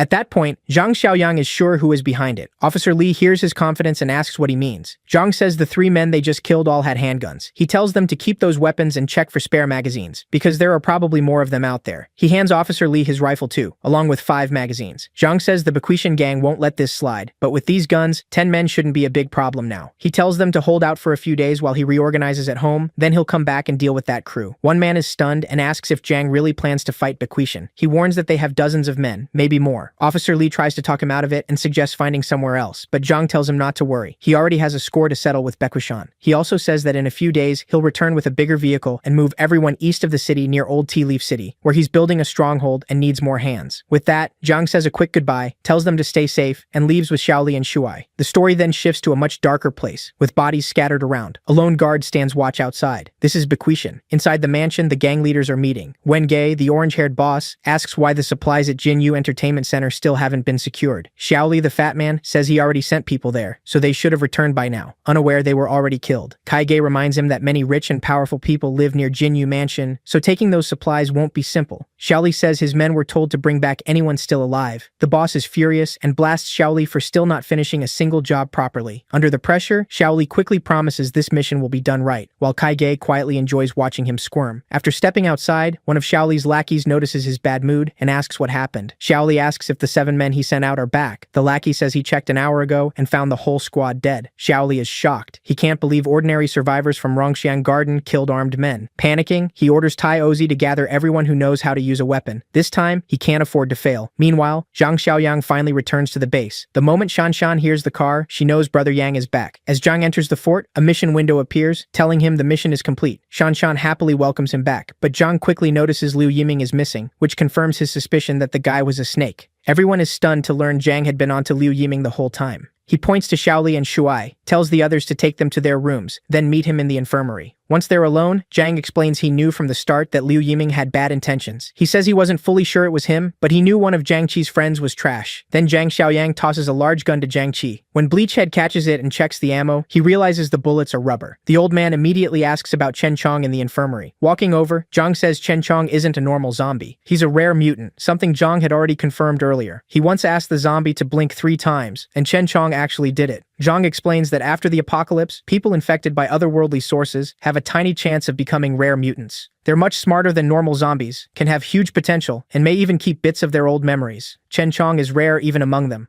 Zhang opens the door, and they find Chen Chong standing over the troublemaker. Seeing Zhang, the zombie quickly waves. Zhang tells him to stop holding back and get rid of the bastard. As the mutant starts dragging that snake away, Bleachhead asks if he still remembers him. Chen Chong slows, then stops and looks at Zhang Qi. No one knows what he's thinking. Then he suddenly swings at Bleachhead, who barely dodges. Turns out Chen Chong is just messing with his old friend, proving that even as a zombie, he still likes fooling around. Later, Zhang Xiaoyang looks over his system screen. Zhang Qi unlocks a hidden achievement called Mutual Companion, adding points to Zhang's total. Surprised by the bonus, Zhang decides to check the shop for anything new. There, he spots a level 2 item called the High-Tech Supply Box, which he's never seen before. But it costs 50 points, so Zhang hesitates. Instead, he opens the 2 boxes he still has left. Both give him surprising rewards. The Lifesaver Supply Box gives him an interdimensional infection blocker, which can stop otherworldly infection from taking hold, though it can't undo a full mutation. The Armed Deterrent Supply Box gives him a Barrett M82, a huge sniper rifle. Zhang is blown away by his luck. The Barrett alone is an incredible pull from a level 1 box, and the infection blocker could keep someone from fully turning into a zombie. The rewards make him want to open the level 2 box even more. But he keeps focused on his next mission, recruiting survivors from Rongxiang Garden tomorrow. Outside, Chen Chong throws the snake beyond the fort's area. Traitors have no place here. By morning, everyone gathers at the training ground. Young and old alike come armed, and Zhang announces that from now on, everyone must practice shooting for at least an hour every day. They start firing at bottles, and each hit flashes with light. The targets get struck cleanly without bursting apart. Zhang tells Uncle Sheng to have Jiang Qi gather everyone and clear a few more rooms, since he's bringing survivors back from Rongxiang Garden today. Uncle Sheng agrees at once. He also orders Chen Chong to join the trip, knowing the mutant's strength will come in handy. Later, they find an abandoned bus filled with zombies. Zhang clears them out easily, and Chen Chong helps by tossing the bodies off the bus. Once it's cleared, Zhang gives Chen Chong the bus keys and says he can take off his mask for now. But when they reach Rongxiang Garden, he needs to put it back on so he doesn't scare anyone. The mutant answers with a growl. Meanwhile, at Bikishan, Shaoli gets ready to head for Rongxiang Garden with a group of lackeys. This time, he's leading the attack himself, determined to crush Rongxiang Garden for good. With his numbers and weapons, he refuses to believe he can lose. Their truck starts up and speeds toward Rongxiang Garden. After stealing the zombie-filled bus, Zhang Xiaoyang jumps into the driver's seat and heads out fast. When he spots more zombies blocking the road, he doesn't slow down at all and plows right through them. Using his boosted reflexes, he weaves and drifts around the abandoned cars clogging the highway. Back in Rongxiang Garden, the building seems calm from the outside. Inside, Officer Li and the survivors eat carefully, trying to make their supplies last. Their meal is cut short by the sound of an engine outside. One of the kids guesses brother Xiaoyang has returned to save them, but Officer Li stays cautious. He grabs his AK-47 and tells everyone to keep quiet while he checks first. Carefully, he peeks out the window. What he sees isn't their rescue. It's a group of thugs out for revenge, checking weapons and searching for Building 8. Once they confirm the location, Li Shusheng orders his men forward. Officer Li is tense. Just when escape seemed possible, the Bequetian bastards showed up. Old Song raises his stolen pistol, ready to face them. With a few guns now spread through the group, the survivors feel a lot bolder. Officer Li warns them not to get cocky. The enemy outside has far more men and better firepower, so everyone needs to stick to the plan. As he heads to the rooftop, he sets up an ambush. Outside, the Bequetian men judge when they're close enough to pressure the survivors inside the building. Led by Li Shusheng, they raise their weapons and aim at the windows of Building 8. Old Song takes one look outside and yells for everyone to get down and take cover. The quiet grief was broken by a burst of gunfire tearing into the high-rise. Windows all across the building blew apart, forcing Old Song farther back. After the first spray of shots, Shusheng took a megaphone and told his men to keep their guns trained on the windows and shoot anyone who showed up. Then he started shouting into the mic, calling out the survivors inside. But before he could say much more, the thug beside him took a bullet through the head. The gang froze. They never expected hidden snipers to fire back. A second thug dropped after a clean shot to the leg. On the roof of Building 8, the AK-47 kept firing while the thugs scrambled for cover. Big Bro Lee had the perfect position and a clear view. Bitchui Mountain never thought the survivors had a long-range automatic weapon. Shusheng cursed the bad intel. He'd been told the survivors only had one pistol, and even with the guns taken from the 7 dead men, there should have been just 4 weak weapons. The shaken thugs looked to their boss for orders, scared of being picked off. His answer was simple: retreat. But these idiots took it the worst way possible and bolted out one by one instead of waiting to run together. Running into the open against a deadly shooter was a disaster, and the cop on the roof made every shot count. Shusheng screamed at his idiots for getting themselves killed, then started a countdown. At 3, the survivors of his squad ran like their lives depended on it, because they did. While his men fled in panic, Boss Lee stayed tucked behind cover. From the roof, the shooter quickly adjusted and kept dropping the retreating thugs with shot after shot. Boss Lee's plan from the start was to use his own men as bait until the sniper ran dry, then make his escape. Total scumbag move. Just as he hoped, the sniper ran out and had to reload. That short pause was enough for Shusheng to reach the car. Out of the whole force, only 4 were left. The last thug was a few seconds seconds too slow, and Li Zuxiang was already in the driver's seat, not about to risk waiting for one more expendable man. Catboy took a bullet to the brain and dropped dead. The other two who made it into the truck bed ducked low, terrified they'd be next. Back on the main road, Zhang Xiaoyang kept barreling through the jammed highway in his hijacked bus. He stayed calm the whole way, focused on getting back to the survivors. Since the roads were almost empty now, another car racing past in the opposite direction caught him off guard. He could have chased it, but Xiaoyang stayed on mission. Right now, getting points mattered more. A few minutes later, he pulled up in front of Building 8. Chen Chong and Xiaoyang got off the bus and saw the aftermath of the fight. Xiaoyang was glad the rifle he left behind had helped,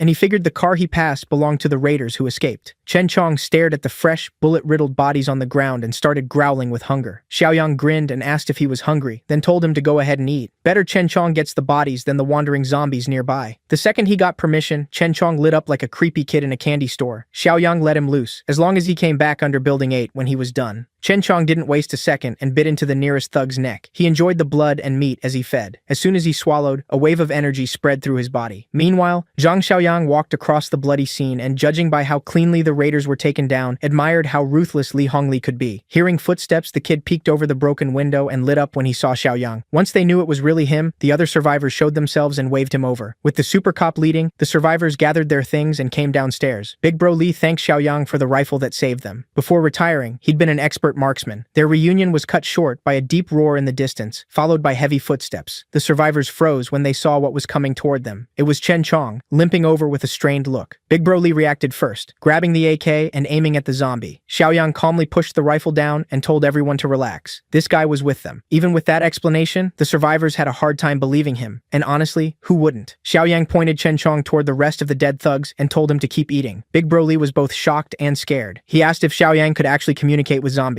Xiaoyang said Chen Chong wasn't a normal zombie. It was a long story, so he told everyone to get on the bus first and promised to explain on the way. As they headed over, Xiaoyang reminded Chen Chong to finish fast and come back. Chen Chong gave an okay sign without stopping his messy feast. After swallowing every dead Bichui mountain thug, Chen Chong picked up his mask and put it back on. The survivors stared at the strange sight. The kid couldn't understand how a zombie could be clear-headed enough to put a mask on by itself. Xiaoyang warned him not to call it a muzzle where Chen Chong could hear, unless he wanted to get smacked. Quietly, the kid was starting to think the mutant zombie was kind of cool. After his solo feast, Chen Chong climbed into the bus like a regular guy. After eating that many people, he'd grown a lot heavier. The bus actually tilted to one side when he got in. This time, Chen Chong even managed to slur out a word while handing the mask key back to Xiaoyang. Even Xiaoyang didn't expect him to start talking this soon, even if it was only one word. He'd eaten 6 corpses, so he was likely evolving again. Still, Xiaoyang's main goal was getting everyone home and making the settlement stronger. He got in the driver's seat, told everyone to hold on, and took off fast. Back at Bichui Mountain headquarters, Li Zuqiang had to report the failed raid and got chewed out for it. He tried to defend himself, saying the intel was wrong and nobody told him the survivors had automatic rifles. Boss Lin didn't buy it. In his eyes, there was no way a small-town cop should have an automatic rifle, so the excuse sounded made up. Still, Li Zuxiang insisted and asked them to check the battlefield if they didn't believe him. The boss's right-hand man got fed up and kicked him to the floor. That was Li Zuxiang's sign to get out. The right-hand man had been tired of Zuxiang's stupidity and uselessness for a long time. Now that he'd cost them so many men, killing him outright was starting to sound easier. Another Bichui mountain leader, Boss Shu, called out the real reason for that hate. The guy had been eyeing Xu Xiang's woman. The creep even suggested they share her like property. Boss Lin smiled at the idea but said there was no need to rush. They should wait for the right moment. What the thugs didn't know was that Li Xuxiang never really left. He was listening from the doorway. He clenched his teeth in fury, knowing he had to find a way out. A few hours later, he got back to his fancy house and threw a fit. Mad at his own failure, he trashed the place. His girl came out and tried to calm him down. Instead, Li Xuxiang told her to start packing. They had to leave as soon as possible. She asked where. He had no real answer. He only knew this place wasn't safe anymore, and they had to prepare. Boss Li called for his assistant, Qingzi, who hurried in. He ordered Qingzi to gather their remaining men because they were leaving at midnight. His girl could tell something was very wrong, and she hated it. Back to the people who matter, Xiaoyang returned to his compound and parked the bus inside one of the indoor garages. The survivors from Building 8 got out and stared at the huge size of Xiaoyang's fortress. With everyone back safely, the rescue mission was done. He only needed to save 5 people, but he brought back 8. He earned the 25-point reward plus a 5-point bonus, raising his total to 66. Xiaoyang then told his zombie partner that tomorrow night, the two of them were heading to the Southern District. Li Xuxiang heard that and asked what was in the Southern District. Xiaoyang said he had some unfinished business with the people at Bichui Mountain Villa. That night, Xiaoyang shut himself in his room and looked at the level 2 high-tech supply crate, which cost 50 points, an amount he could finally afford. He quickly tapped it, eager to see what his first level 2 crate would give him. After buying it, his points dropped to 16. Lights swirled around him as Zhang Xiaoyang hoped the expensive crate was worth it. This time, he got lucky. The level 2 crate gave Zhang Xiaoyang a physical enhancement serum.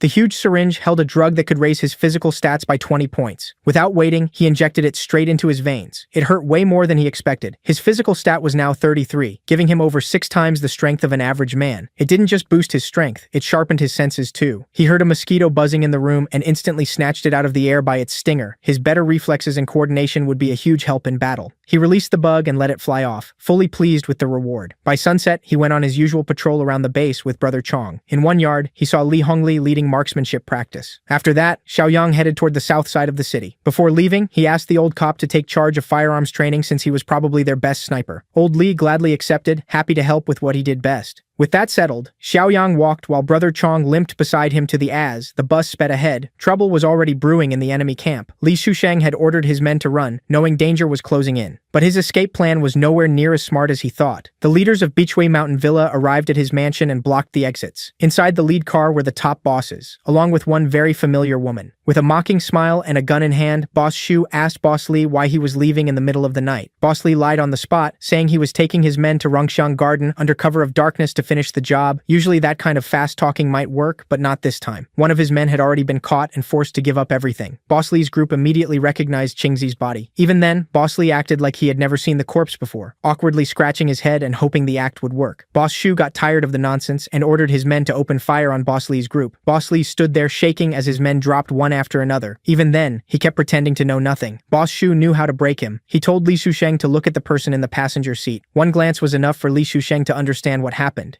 Jing had betrayed him too, just like she always did when a bigger backer showed up. Boss Kai was fed up. Li Shusheng was still playing dumb, even though Jing had already exposed the whole escape plan. He really should have expected it. After all, she had ruined Zhang Xiaoyang before latching onto him, so of course she'd do it again. At last, Boss Kai looked to Boss Zhang for the final call. Boss Zhang gave a calm, silent signal to execute Li Shusheng. They chose a brutal way to do it. They put a noose around his neck and had one of their strongest men pull until Li Shusheng finally stopped fighting. It was a slow, miserable death, and when the last bit of life left him, they hung his body at the gate of his own mansion. Later that night, a bright blue bus stopped nearby. Zhang Xiaoyang and Brother Chong quietly moved in on foot. At the entrance, they quickly realized they were too late. They had come to kill Li Shusheng, but someone else had done it first. Xiaoyang thought the bastard deserved it, though he hated not doing it himself. He picked up a small stone and threw it at the rope, cutting the body down. Seeing how this scumbag ended, Xiaoyang felt even more eager to get some satisfying revenge. Back at Beechway Mountain Villa, ugly sounds came from the top floor. Jing thought she could switch sides again and live well with stronger criminals. She was very wrong, and her betrayal had dropped her into the hands of monsters. Boss Zhang saw her as nothing more than a body to use. The two sick bosses passed her back and forth. They were vile people, but justice was close. Boss Kai glanced out the penthouse window and froze when he saw his guards lying dead outside. A loud knock suddenly came at the door. That was only a distraction. The real attacker came in through the high window. Knife in hand, Xiaoyang looked like death itself. He pressed the blade to Boss Kai's neck, where one small move would finish him. Without letting the man say another word, he slit his throat and left Kai choking on his own blood. One down, one to go. Boss Zhang was stunned. 1 second he was busy with Jing, and the next his partner was dead on the floor. Jing, meanwhile, instantly recognized Zhang Xiaoyang. Xiaoyang wasted no time and hurled the knife straight at the naked bastard. Boss Zhang died with his neck sliced open. As soon as he hit the floor,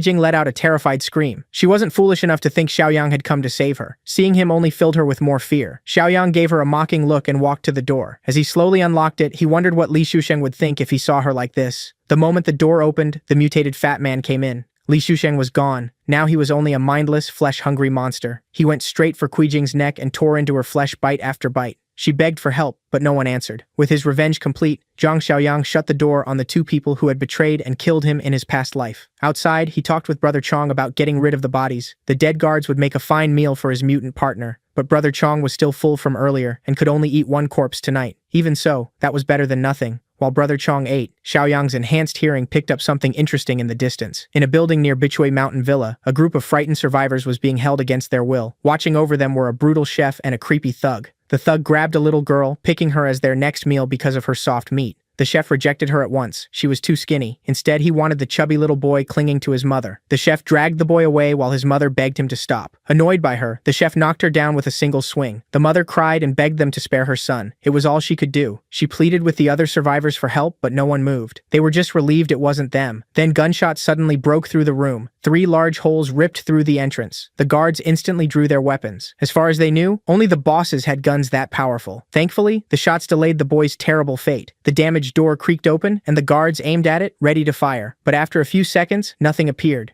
Growing impatient, the chef ordered one guard to go outside and check. The man slowly edged through the doorway. The moment he stepped into range, Brother Chong grabbed him by the neck. Without showing himself, he had already taken down one armed guard. Seeing that pale arm, the others assumed zombies had broken in. They opened fire at once, wasting bullets and hitting nothing. Brother Chong kept luring them around, circling the room and easily avoiding their awful aim. When the shooting finally stopped, Brother Chong smashed through a boarded window with little effort. He targeted the chef standing in the middle of the group. Without slowing down, Brother Chong snapped the chef's neck in midair. He landed and used the momentum to launch himself at the next target. In just seconds, the untrained goons were slaughtered one by one. When the rampage ended, the captive survivors could only stare in fear and confusion. The zombie had killed every thug, but left them untouched. When the noise finally died down, Xiaoyang walked in and praised Brother Chong for wiping them out so cleanly, even with the mask on. Brother Chong rasped back that the mask just makes him look cooler. And honestly, he's right. Hearing a zombie talk only made the survivors even more confused and scared. The children clung tighter to their mothers, and everyone stayed away from the strange mutant. Xiaoyang broke the tension and told them Brother Chong wouldn't hurt them. But the little girl didn't buy it. She'd seen monsters like him kill people without hesitation before. That immediately caught Xiaoyang's attention. He gently asked what she meant by super monsters. Her mother explained that they had seen another strange mutant in eastern Decor City. Xiaoyang had expected mutants like that to appear a month or two later. Worse, Decor City was close to their base in Old Tea Leaf Town. He warned Brother Chong that another rare mutant might be nearby. Some mutants keep part of their mind and memories, which makes them far more dangerous than normal zombies. But when the mutation is unstable, they usually become much more violent. That possibility made Brother Chong uneasy about his own future. Xiaoyang sensed it and reassured him. Brother Chong was one of the lucky ones who kept his reason, and with Xiaoyang around, he'd be fine. He then asked if there were more survivors in the villa. They said some people might be locked in the basement sales office, so they headed there next. The moment Xiaoyang opened the steel door, the smell of blood hit him hard. Everyone flinched at the massacre hidden behind it. This had to be where those Bichui mountain villa bastards kept the people they butchered for meat. So that explained why there were no other survivor groups around here. Some captives had seen the goons regularly hauling unknown amounts of meat out of the city. From the bodies left in the basement, Xiaoyang could roughly guess the death toll. With that much meat, they were clearly involved in something even darker. Since no one was living in the basement, the last place to check was the sales office about a kilometer away near the south gate. New survivors were held there first, and the useless ones were sent off. At the same time, Xiaoyang got a mission chain called Subpar Utopia, pushing him to grow and improve his community score. The goons at the sales office still had no idea their whole setup had already collapsed. They'd only heard gunfire and assumed the bosses were using live people for target practice again.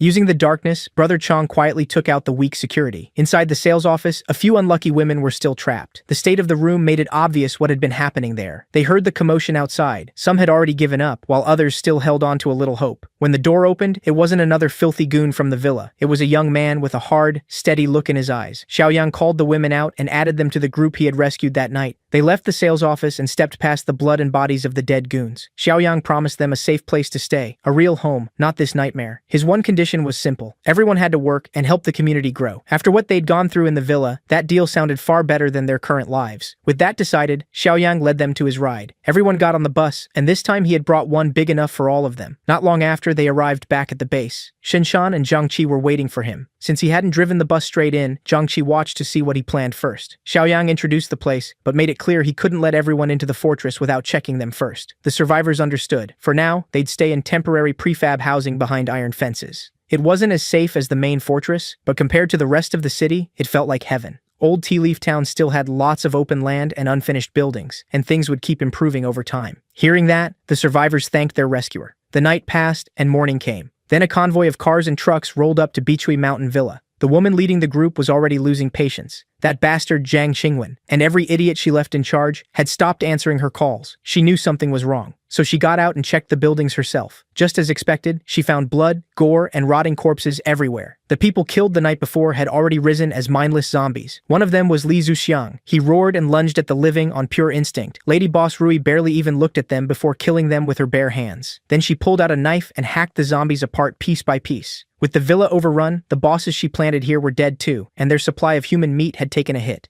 They had to clean up the mess. But first, they needed to find whoever destroyed Bichui Mountain Villa. More blood was going to spill. After checking the whole villa, her people reported that not a single survivor was left alive. The one bit of good news was that enough meat remained for today's shipment. They just had to bring the truck over and load it up. While her men packed trash bags full of human meat into the truck, Boss Rui thought about her next move. Looking around, she spotted tire tracks leading away from the villa. That gave them a trail to whoever ruined their operation. Back at the fortress, Xiaoyang was thinking about his mission to expand the community. Even after bringing in many survivors, his score was still only 2, which made no sense if population mattered. At least he had plenty of land to build on. That arrogant guy who sold him the title had actually done him a favor. But the expansion mission wasn't his only problem. The rare mutant in the nearby town also needed attention. So, with Shan Shan and Zhang Qi, he went to the prefab area where the new survivors welcomed him like a savior. After getting settled into housing with full basic amenities, some of them even knelt to thank him. Xiaoyang was there for one reason: to learn more about the super monster the mother and daughter had mentioned. The mother said they ran into it at Hurinfa Market in Decor City while scavenging for supplies. Several people died. She grabbed her daughter and escaped during the chaos, and they ran all the way to Bichui Mountain Villa, only to fall into the hands of even worse monsters. Now that he had the exact location, Xiaoyang headed for his vehicle. Shanshan and Zhang Qi tried to talk him out of it, since they already had plenty of supplies, but he wasn't going there for loot. Decor City was less than 2 kilometers from the base, and he couldn't leave a threat like that so close. Even the woman who had seen the monster tried to stop him, but Xiaoyang assured everyone he knew what he was doing. All he needed was Brother Chong, and together, they'd go meet that thing. Meanwhile, a capable-looking group of drifters was searching Hurinfa for supplies. They found a large supermarket and got excited about how much they might take. Still, they knew it might already be mostly picked clean. Even so, they went in confident they could handle themselves in the apocalypse. Inside, they were swallowed by darkness. Once their eyes adjusted, they saw the store had been looted, but not emptied. To watch for survivors or hidden zombies, they stayed close and made a little noise. Then they listened for any movement. A few wandering zombies soon appeared, and the group stayed calm as they took them down. Working carefully together, they killed the undead in a clean, coordinated attack. Most of them were relieved there were only a few, guessing the main horde had been drawn away by earlier looters. Even so, they stayed alert while scavenging. What they didn't know was that something far smarter was hiding in the dark, waiting like a hunter stalking fresh prey. As they moved deeper inside, they felt lucky to find enough supplies to last for years. While the others were busy drooling over all the food, their leader got distracted by the bed section. She finally relaxed and happily flopped onto a soft mattress. A few of them even joked about living in the supermarket since it seemed to have everything. As the group kept exploring, 2 of the main members stepped out for a smoke and admitted that, tempting as it was, this place would make a bad base. It had too many entrances to defend, and all these supplies would attract raiders. A nearby 2-story building looked much better, but to settle down, they'd first have to survive. By then, the hunter had finally left the shadows and begun its attack on the living. One of the stragglers managed to scream for help, drawing everyone's attention. He ran back inside as fast as he could, but no one could outrun a super mutant. The beast drove the claws from its back straight through his chest, killing him in one brutal motion. The mutant ripped the poor guy apart like paper. The stragglers froze in horror. Someone shouted to run, but their legs almost gave out. They forced themselves to move, but their escape was hopeless. One after another, the slowest people in back were dragged down first. They poured every bit of their will to live into each step, hoping they could outrun the monster right behind them. A few seconds and a few meters later, everyone was dead except the female leader. She sprinted toward the exit and finally saw daylight ahead. She shoved herself forward with the last of her strength. But heels are a terrible choice when you're running for your life. The super mutant loomed over her, enjoying the fear of its last prey. She cried and threw up her arms, trying to protect herself. But when she looked up, she saw a different super mutant, one wearing a cool mask. Instead of tearing her apart, he simply walked past her. Zhang Xiaoyang followed behind and told her not to panic. He and the others had arrived just in time to save her. To her shock, she recognized him as the young man who bought a huge piece of land from her before the apocalypse. Xiaoyang recognized her too, the polite real estate agent from before.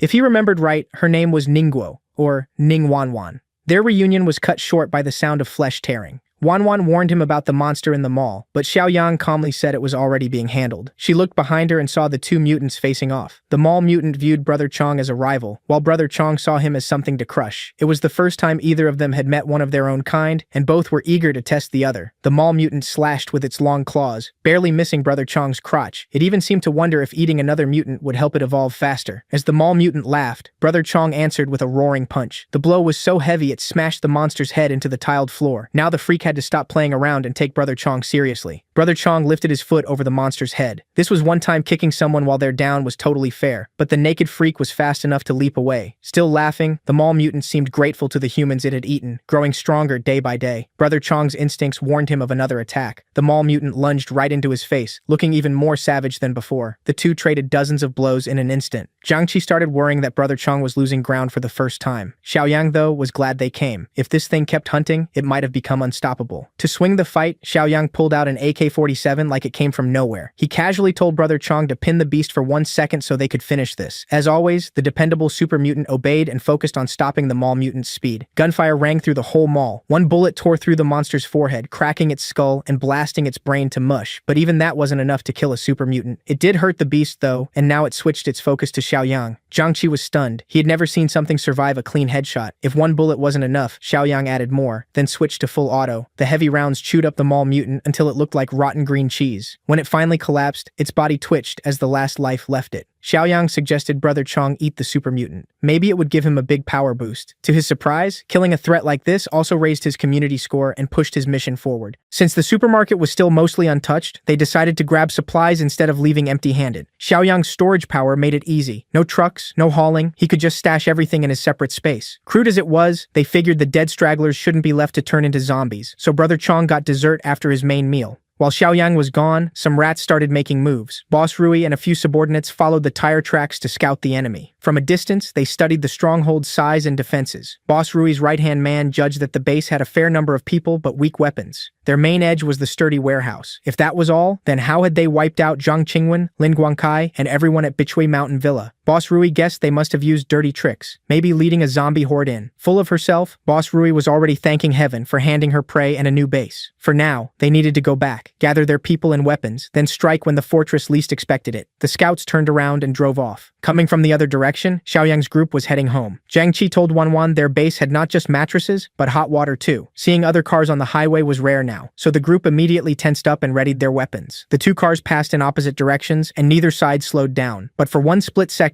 Zhang Xiaoyang and Boss Rui sensed each other. A new mission appeared, Villain Nemesis Volume 1. If Xiaoyang stopped the invasion, he'd earn 50 points. He instantly felt those suspicious drivers had to be the invaders. To make sure, he went to Shanshan in the watchtower and asked if she'd noticed anything strange near the base. She said a car had passed in the distance but never came close enough to trigger alarm. That was enough for Xiaoyang. He called for Uncle Sheng and Old Li to gather everyone for an important meeting. Meanwhile, things at the coal plant in the southern suburb were going smoothly. Using a scratchy radio broadcast, Boss Rui's group lured survivors toward the plant with promises of a safe zone that needed workers. The survivors stayed alert. Anyone still alive this long had to be capable. Soon they spotted a car heading their way. It was Boss Rui and her people returning from scouting and welcoming the newcomers drawn in by the broadcast. The moment the survivors saw Boss Rui's looks, most of their good sense disappeared. She knew exactly how to use her charm to lower their guard. Smiling, she invited them into the camp. As they headed toward the coal plant, the survivors traded dirty little grins. They were led inside and stared at how large and clean the place was. It felt like they'd finally found a home. One of them said he needed to use the bathroom. Boss Rui offered to show him the indoor one, and the fool instantly took the bait. But she wasn't just helping him find the toilet. She stayed while he peed, openly sizing him up. Thinking it was an invitation, he told her not to be shy and bragged about how strong he was. One quick step and one stab ended all that talk. Boss Rui killed him cleanly. He never saw it coming. She had considered keeping him if he was worth it, but after seeing what he was working with, killing him was the easy choice. Outside, her subordinates had done their part too. Every survivor lured in by the radio was slaughtered. Back at the fortress, everyone answered Zhang Xiaoyang's call to discuss the coming battle. Old Li asked who would be crazy enough to target them. Xiaoyang said they still didn't know, and an attack could come any time. To prepare, Jiang Qi and Brother Chong would follow the boss to clear the unfinished building southeast of the base. The refugees had to be moved there so they wouldn't be exposed in the temporary housing area. Shan Shan and several others volunteered to help. Even the twins who looked nothing alike joined in. Caught up in the mood, even Lil Shuai volunteered, much to his mom's annoyance. Wanting to help too, Ning Wanwan offered to join the clearing team. While they went out, Uncle Sheng and Old Li would stay behind and guard the base. Everyone else would gear up. With Xiaoyang leading, a small army set out to clear the way for the war ahead. The moment they entered the southeast building, the place exploded into chaos as they cut down every zombie nearby. It was a brutal hunt, one that sharpened them for what was coming. After the first wave, Xiaoyang called for a break and checked on everyone. He warned them again that rough days were coming. For now, they would stay in the southeast building and clear it fully. When the refugees were brought in, they said they were willing to help fight too. The more Xiaoyang thought about it, the more he felt they needed more people who could fight, so he promised to send handguns and ammo later that day. If the enemy attacked, the southeast building and the fortress would stay in touch by walkie-talkie. Back at the coal plant, Boss Rui watched over their secret cannibal operation. Her number 2, who looked like he walked out of Full Metal Alchemist, and number 3 were both eager for a share of the fresh meat. Boss Rui was still furious that Beachway Mountain had been wiped out. Now they had to find food on their own. Number 2 and number 3 were obviously not happy about that. Still, they already knew who to hit for payback in the east suburb. Tomorrow morning, Boss Rui and number 2 would lead the attack on those normies. Back at the fortress, the work stopped for the night, and Zhang Xiaoyang finally checked the system. With 46 points saved up, he wanted to see the new daily crates. When he opened the store, he found a level 2 awakening power crate for 25 points, plus a level 2 farming crate and a level 1 sugar, oil, and protein crate. Just the 2 level 2 crates would cost 40 points, but he decided to spend big. When he opened the priciest crate he'd ever bought, he got the overload skill. It boosts his physical stats by 25%, but after it ends, he'll be weakened. With his strength already crazy high, that extra 25% would push him into superhuman territory. He could hit about 8 times harder than an average Joe. Xiaoyang was dying to test the new skill on something or someone. The night stayed quiet, but the next day did not. A whole convoy of cars, trucks, and bikes rolled out from the southern suburb coal plant toward the east. Boss Rui went over the plan one last time. First, they'd drive through and kill the refugees outside. Then number 2 would break the gate, and everyone else would rush in with their modified vehicles and lay down covering fire. As for number 2, the starving freak didn't even bother wearing a shirt. As the enemy got closer, the fortress was already on full alert.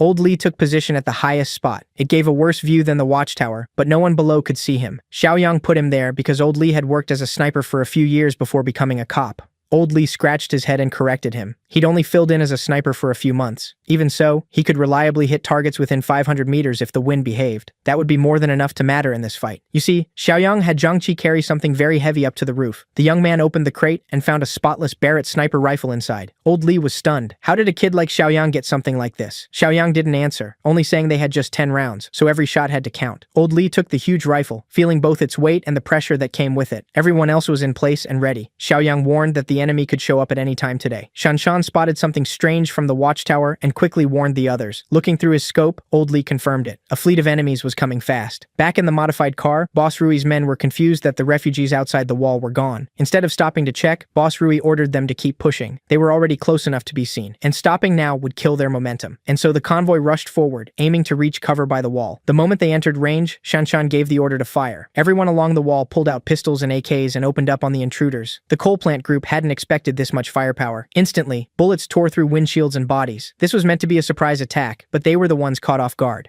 Boss Rui couldn't believe her plan had been exposed so soon, but it was too late to back out. She ordered everyone to keep charging, even as her people dropped left and right. For what it was worth, it worked a little. Some of them still made it to the base of the wall. What really mattered was getting number 2 and his giant automatic saw close to the gate. When he reached the door, number 2 hacked into the thick metal with brute force. Shanshan quickly warned everyone nearby that a monster was trying to break the gate. The people in the watchtower raised their rifles and fired. To make sure number 2 could keep working, Boss Rui and her men shot back with pistols and submachine guns. Under that pressure, the inexperienced defenders in the watchtower were forced back. Even Fatty Xiaokai got hit in the shoulder. Thankfully, it didn't look fatal. The enemy's aim and firepower were solid, and holding them back much longer would be hard. Some of the older folks tried to steady the younger fighters. They just had to hold on. They still had enough ammo for a long fight, but that wouldn't matter if the saw cut through the gate. Once it broke, they'd lose the advantage. Luckily, the calm boss already had a plan for after the breach. Xiaoyang quietly slipped out of the fortress, hiding his presence. Then he ran outside like bullets couldn't touch him. By now, Boss Rui's group had already used half their ammo, and number 2 still hadn't broken through. He needed only a few more seconds to open the entrance. The gate finally burst open. Shanshan and the Watchtower group rushed down to support the people below. Boss Rui smiled. It had been rough, but they were finally in. Now she'd see how these rookies handled an evolver powered by human flesh. Using number 2 as a moving shield, she told her men to stay close behind him. The monster dropped the saw and used pure strength to widen the opening. With a clear line on the enemy, Xiaoyang signaled Old Li that it was his moment. Li Hongli steadied his heartbeat and breathing, then lined up the big guy. Once that huge head showed itself, Old Li's crosshairs snapped onto it like he had aimbot. Number 2 roared, more beast than man. Anyone who saw him would agree. As soon as that monster came through the gate, morale dropped hard. They fired everything they had, but his skin was too tough. Their bullets barely did anything. Number 2 pushed forward and tanked the gunfire without even needing armor. No matter the caliber, the rounds only left tiny marks before bouncing off. And even those marks vanished fast thanks to his crazy healing. Boss Rui loved the fear on their faces. She figured this was the first time they'd ever seen an evolver's power. Then the signal reached Li Hongli on the roof. He trusted both his aim and the Barrett's power. The Barrett kicked hard as it fired. One pull of the trigger blew the monster's head apart into blood and brains. The seemingly unstoppable number 2 dropped dead. Boss Rui and her men were stunned. The big guy had been their only cover. Who would have thought this little base had a weapon like that? With their biggest shield gone, Xiaoyang finally appeared, flanking the intruders with his AK-47. He opened fire at once, snapping them out of their shock. For Xiaoyang, it was like shooting fish in a barrel. Boss Rui knew this disaster was her fault. She had underestimated them, and now her people were paying for it. Still, she wasn't going down easy. With a submachine gun in hand, she fired back while sprinting for the exit. With her teeth clenched, she desperately tried to escape. When she saw Xiaoyang's eyes, she finally realized he was the kid they had passed in the car the day before. To make sure she survived, she grabbed one of her own men. Without hesitating, she used him as a human shield. Xiaoyang noticed her inhuman reaction speed and realized she had to be an evolver too. After taking a burst of bullets behind her, the unlucky goon was thrown at the shooter blocking the exit. Xiaoyang had to dodge aside and stop firing. That brief opening was all Boss Rui needed to run for her car. Of course, old Li wasn't about to let one of these invaders leave after wrecking their peace. He lined up the shot and acted like his Barrett was the strongest thing under heaven and earth. Man really thought he was Gojo. He missed the clean headshot and had to settle for blasting her super fast legs. Losing a limb made Boss Rui crash to the ground just inches from her car. Li Hongli felt bad about missing the kill shot, and as he chambered another round, one of Boss Rui's underlings dragged her into the car. Those two clearly knew how to escape a disaster, and they managed to swerve away with their tails between their legs. Xiaoyang ordered everyone to stop shooting. He didn't mind if these idiots came back later. He was just happy the system mission was complete. The reward was 50 points, which lifted everyone's mood. On top of that, Volume 2 of the Nemesis mission unlocked. Now it was his turn to attack the cannibals' base for another easy 50. Everybody in the fortress celebrated the huge win. As for losses, a few people were hurt by gunfire, but no one died. The wounded were taken to the medical room to get cleaned up, while the enemy corpses were sent to cold storage for Brother Chong's dinner. Since the base was safe again, the refugees were allowed back to their housing. Once he was alone, Xiaoyang checked how many points he got from that one mission and got excited to spend them that night. Back at the coal plant in the southern suburbs, the survivors limped home with only 3 people left, and Boss Rui had lost a leg. Number 3 met them, confused and worried. Embarrassed, Boss Rui admitted she messed up. She never expected the enemy to have heavy weapons. Then she snapped at her men and demanded human meat to recover. Hearing her act like nothing happened, Number 3 slowly smiled. Boss Rui kept cursing them out, calling them useless and saying none of them were worth Number 2's toes. That was the last straw for Number 3. She was weak now and still talked down to everyone. Boss Rui never saw a rebellion coming.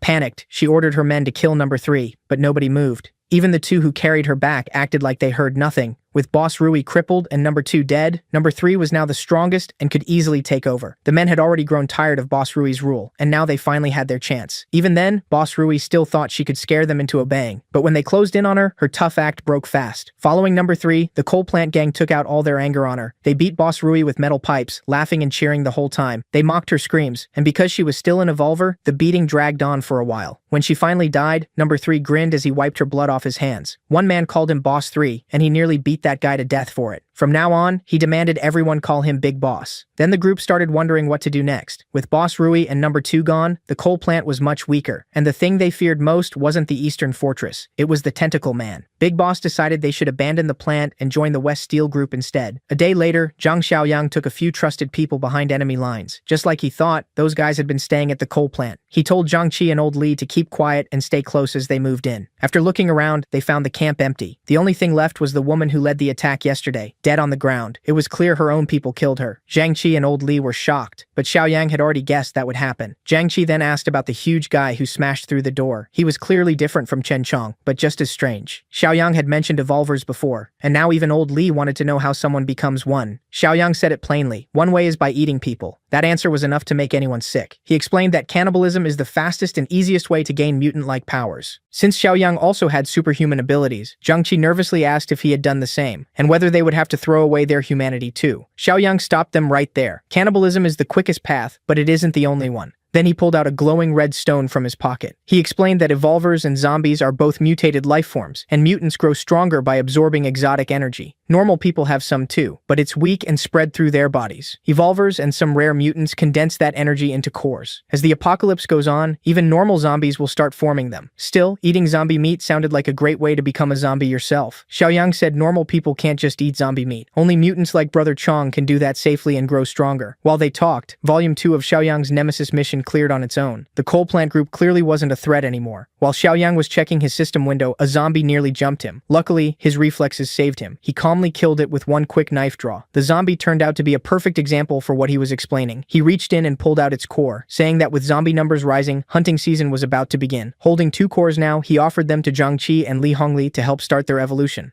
Zhang still couldn't get over where they came from, so he passed. After thinking it over, Li Hongli chose strength over fear. He swallowed both cores at once. Old Li felt the effect right away. His body changed fast and he felt better than ever. But Xiaoyang reminded him that being an evolver doesn't make you unbeatable. Old Li took that seriously and promised he wouldn't get cocky. With the danger gone, it was time to head back. As the group returned home, the coal plant survivors were just arriving at the West Steel Mill. As soon as they entered, a guard stopped them. Big Boss number 3 introduced himself as the coal plant's representative. Still cautious, the guard told them to wait while he informed the steel mill leader. After some discussion, the coal plant group was allowed inside. The steel mill leaders immediately asked what happened to Jing Rui and number 2. Number 3 lied, saying they were attacked and lost both Boss Rui and the big guy. That immediately caught the bald boss's attention. He had the coal plant men taken to a so-called safe house. Meanwhile, Baldy met with his partner and quietly planned something. Number 3 and his men were locked inside that safe house. Even there, he kept correcting people about his new title. He was so busy with that nonsense that he didn't notice how suspicious the whole setup was. One of the men finally pointed it out.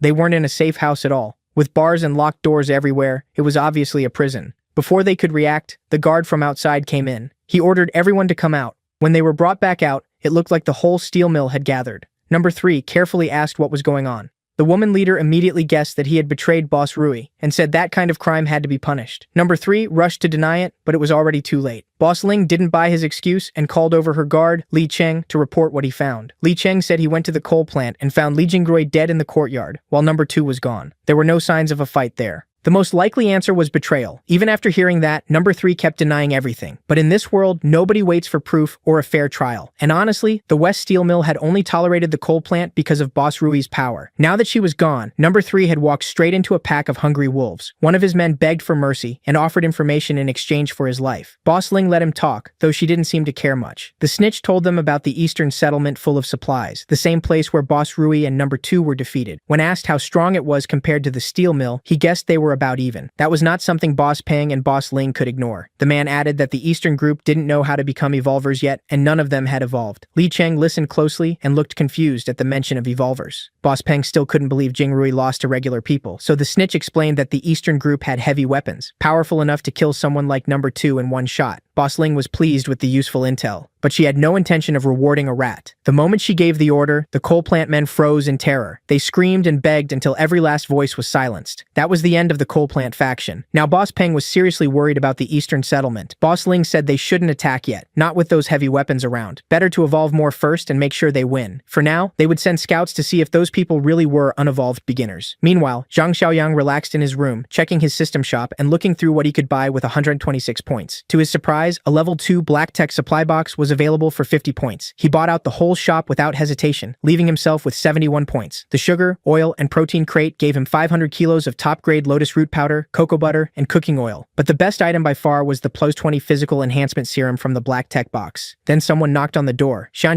came in and told him they had caught a suspicious person sneaking around the perimeter. Xiaoyang got up and went to see what was going on. Zhang Qi and Old Li had caught the suspicious man, but he kept saying he wasn't an enemy. He only wanted to speak to the fortress leader. When Xiaoyang arrived, the guy finally started talking. He introduced himself politely as Xu Axing from Westwind Steel Mill. That name immediately put Uncle Sheng on alert. He knew Westwind was southwest of them, one of the biggest steel mills around. Like the coal plant, it had turned into a survivor base, and it was only about 3 kilometers away. If it was that close, why had Xu Axing come all the way here? Xu Axing puffed himself up and said survivors should work together in times like this. According to him, his leader sent him out to recruit other settlements. Xiao Kai didn't buy it. The man had been sneaking around and drawing a map. When they pulled the map from his pocket, Xu Axing only gave an awkward smile. To make sure he wasn't being fooled, Xiaoyang used Mind's Eye. One look at Xu Axing's soul told him everything. The guy looked down on him. Xiaoyang didn't play nice. He pressed a gun to Axing's forehead without hesitation. The man had clearly taken him for a fool. If he didn't start telling the truth, he was dead. Seeing how serious Xiaoyang was, Axing gulped. Even so, he stuck to his story and claimed his group was just being careful. Xiaoyang pulled Zhang Qi aside and asked if Axing had ever seen Brother Chong.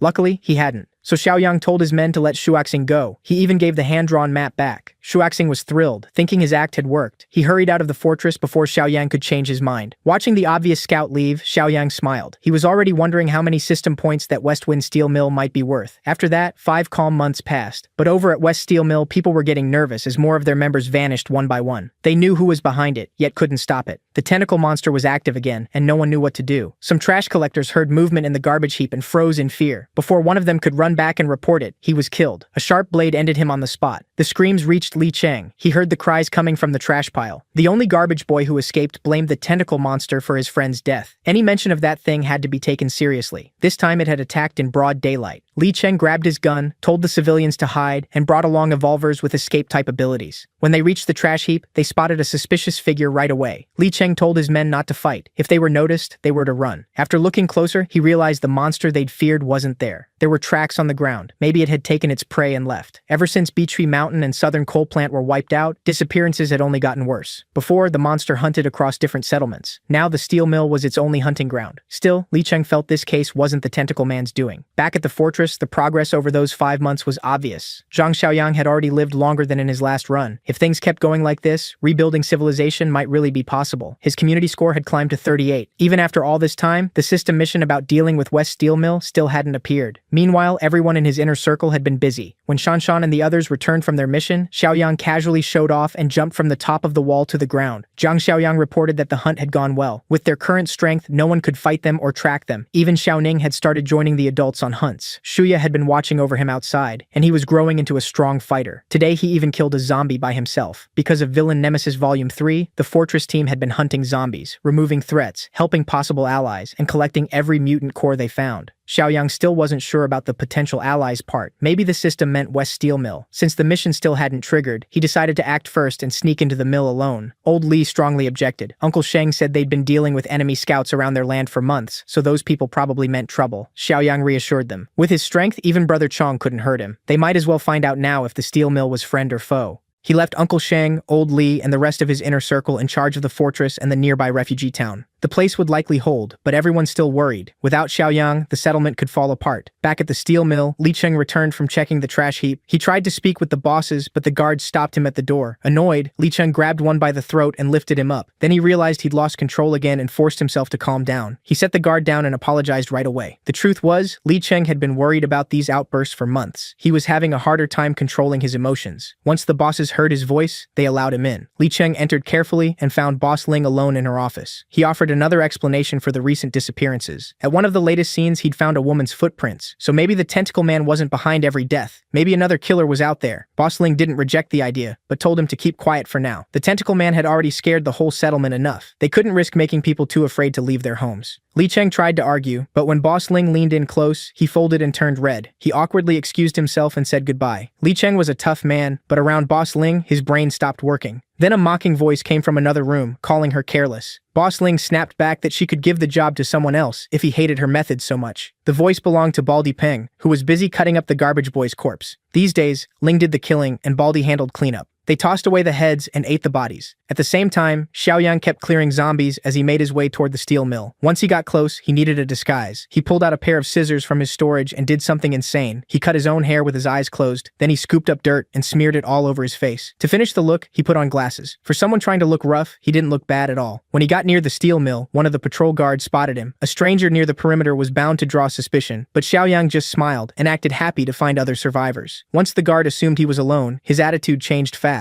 He first asked how Xiaoyang had managed to survive out there so long. Xiaoyang made up a story about being part of a 10-person group that got wiped out by a zombie horde, leaving him as the only survivor. When asked about his strength, he said he was pretty capable. After surviving several zombie attacks, he'd gotten good at fighting the undead. The guard was really trying to find out whether he was an evolver. Since Xiaoyang said nothing about evolution, the guard gladly brought him inside. On the way, the guard explained that Xiaoyang had to pass a test first. From that alone, Xiaoyang could tell this steel mill was full of snakes. As they approached the entrance, Li Cheng noticed the stranger being escorted in. The patrol guard stumbled through an excuse, saying he was just taking the lone survivor somewhere private for a security check. Li Cheng wasn't having it. If they were searching him, they could do it right there. He took over and told the stranger to hand over any weapons before entering. Xiaoyang hesitated, saying he didn't like going unarmed into an unknown place. Li Cheng understood the caution, but rules were rules. Outsiders got disarmed or sent away. Still acting reluctant, Xiaoyang handed over his blade. Not that it mattered, he had plenty more in storage. Li Cheng then gave him a full pat-down to check for hidden weapons. Xiaoyang was a little surprised to find someone with actual principles in a place this rotten. It was very different from the savages at Beichui and the coal plant. Seeing that the stranger had survived outside with only a dagger, Li Cheng asked if he was an evolver. Played dumb and said he just felt stronger every day. To be safe,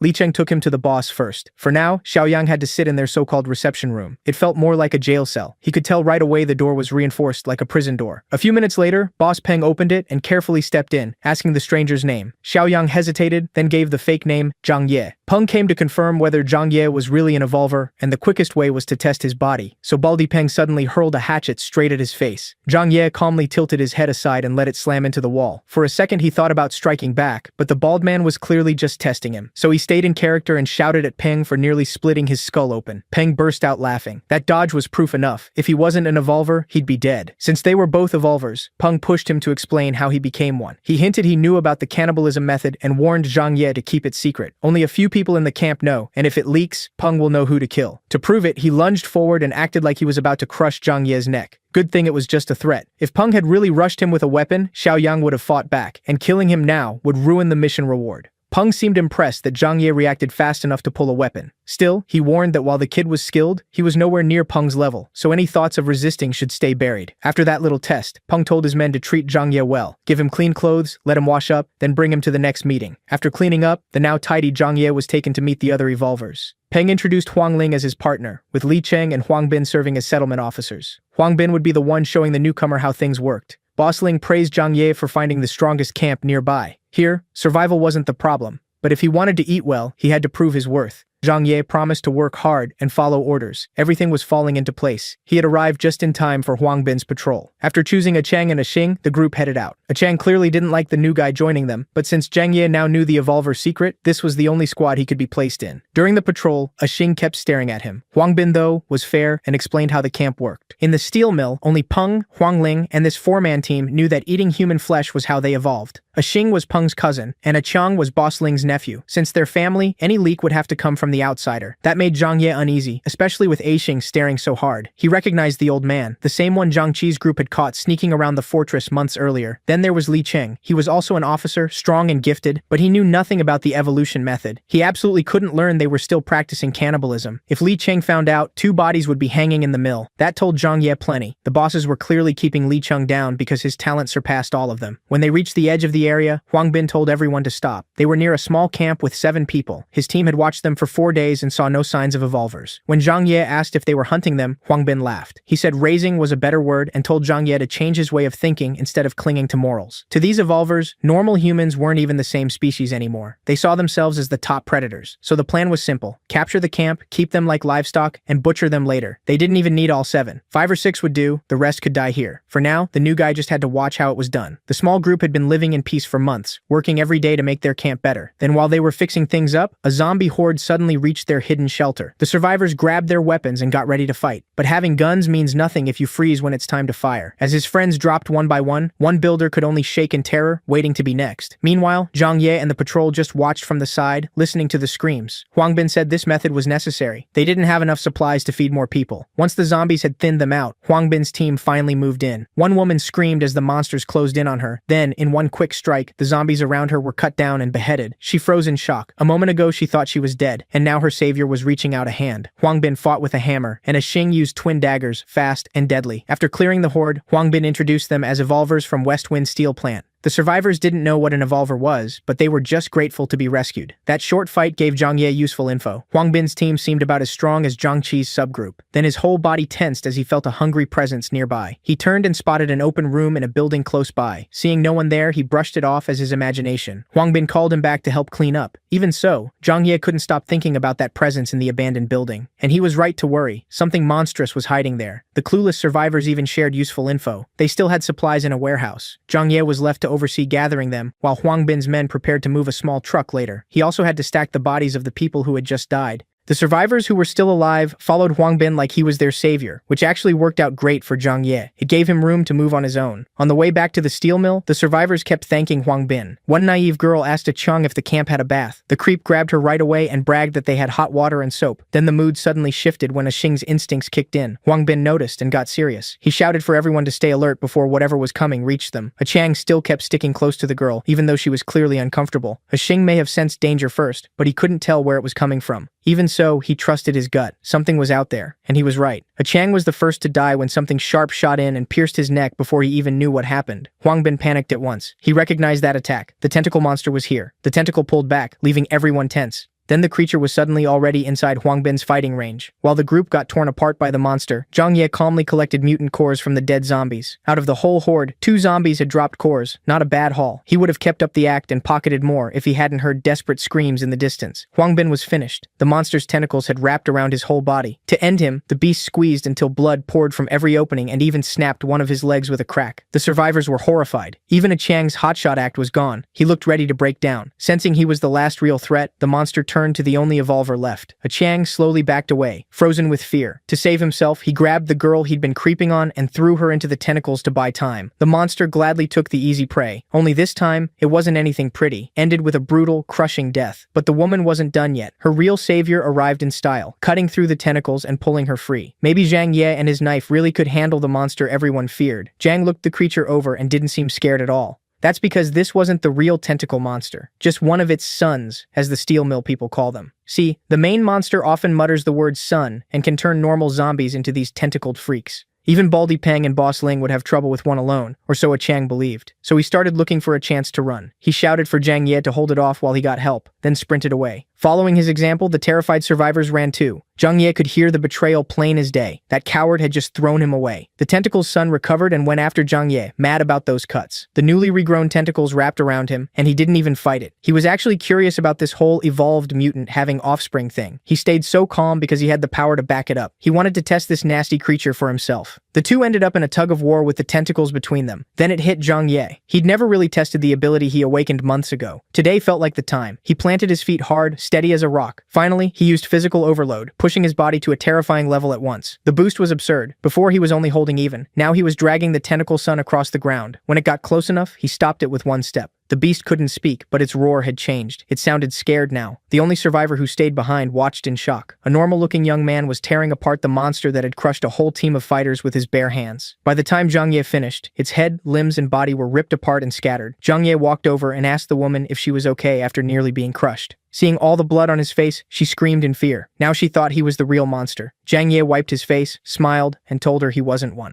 Meanwhile, A Chang and the others who fled finally reached the mill gates. At the entrance, Baldy Peng, Boss Ling, and Li Cheng met them and asked why A Chang looked wrecked and where the others were. A Chang quickly explained that Huang Bin and A Xing had been killed by a tentacle son. Li Cheng was the only one who asked about the new guy. A Chang assumed Zhang Ye was dead too. No way a rookie survived that. Hearing that his cousin died like that, Baldy Peng was furious. He didn't know where to put that rage, so he blamed the survivors. Baldy then started cutting them down on the spot with his hatchet. They couldn't afford to lose control, but at least Baldy calmed down after killing a few of them. Then, something interrupted the chaos. A bundle of tentacles dropped to the ground and grabbed everyone's attention. They looked up and saw the mill's newest member, Zhang Ye. He and the woman he saved showed up right after Baldy's outburst. Li Cheng was surprised and impressed that the rookie came back alive. Not only that, he returned showing off a rescued girl and a pile of tentacles as proof of the kill. He explained that he had taken down the tentacle son and avenged the boss's family. After doing something that big, the leaders started seeing him differently. Breaking the silence, Zhang Ye asked for vehicles and men to help collect the bodies and loot. While he handled that job, the bosses questioned A Chang about what really happened. Even now, that coward still refused to believe Zhang Ye had killed a monster that wiped out the rest of the evolvers by itself. As far as A Chang knew, even Baldy and Boss Ling together would have had a long, bloody fight against it. Baldy was still stuck on his first impression. A guy who didn't even take a proper stance in the test shouldn't be this strong. So Boss Ling guessed the tentacle son only got those kills because it attacked by surprise. Still, they couldn't let someone that strong stay unchecked, especially with how close he'd gotten to Li Cheng. Boss Ling suddenly heard footsteps and told everyone to be quiet. Li Cheng came in with a proposal for the bosses. First, he offered condolences for A Chang and Huang Bin. Then he suggested making Zhang Ye an officer because of his strength. Baldy Peng rejected it right away. They knew nothing about the kid. Boss Ling cut him off before he said more. She believed Zhang Ye did have officer-level strength, but he'd need to prove it to the whole mill. Li Cheng argued that killing a tentacle son should already prove enough.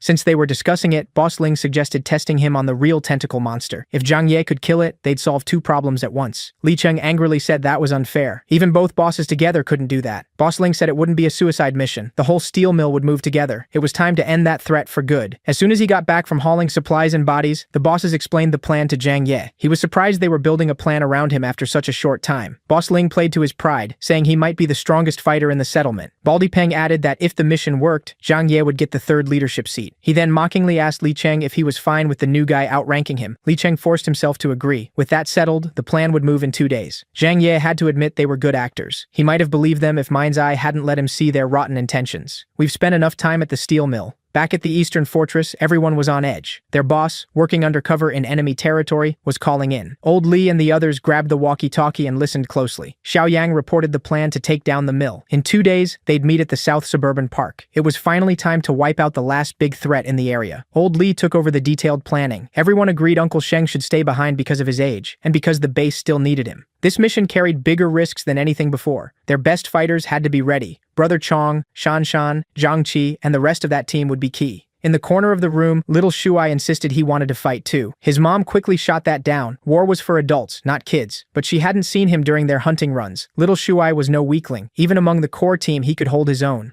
Old Li needed every capable hand, and in times like this, it was better for little Shuai to gain experience early. 2 days passed fast, and the hunt began. Baldy Peng and Boss Ling led everyone to the tentacle monster's last known location. The disguised Zhang Ye asked how they would lure it out, and Baldy told him not to rush. They had a plan. Right then, Zhang Ye quietly checked the whole area. He turned his eyes to a nearby building and spotted the signal from his fortress team. Up on the roof, they were fully armed and watching from above. They couldn't move any closer because their boss had ordered them to stay back until it was time. For now, all they could do was set the ropes. Once things started, they'd strike from the side. Down below, Boss Ling called over one of the skinny porters carrying supplies. The boy looked up and asked what she wanted. With a cold smile, she told him to go into the park. The porters were only there to carry gear and loot, and Li Cheng could not just watch while she did something this cruel. In Boss Ling's mind, no bait was better than a young boy. The monster kept muttering about a son, so they would give it one. She promised they'd save him once the monster appeared. The starving porter was terrified. No one wanted to be bait. Baldy Peng stepped in. He grabbed the boy by the collar and threatened him if he refused. Then with his evolver strength, he hurled the poor kid deep into the park.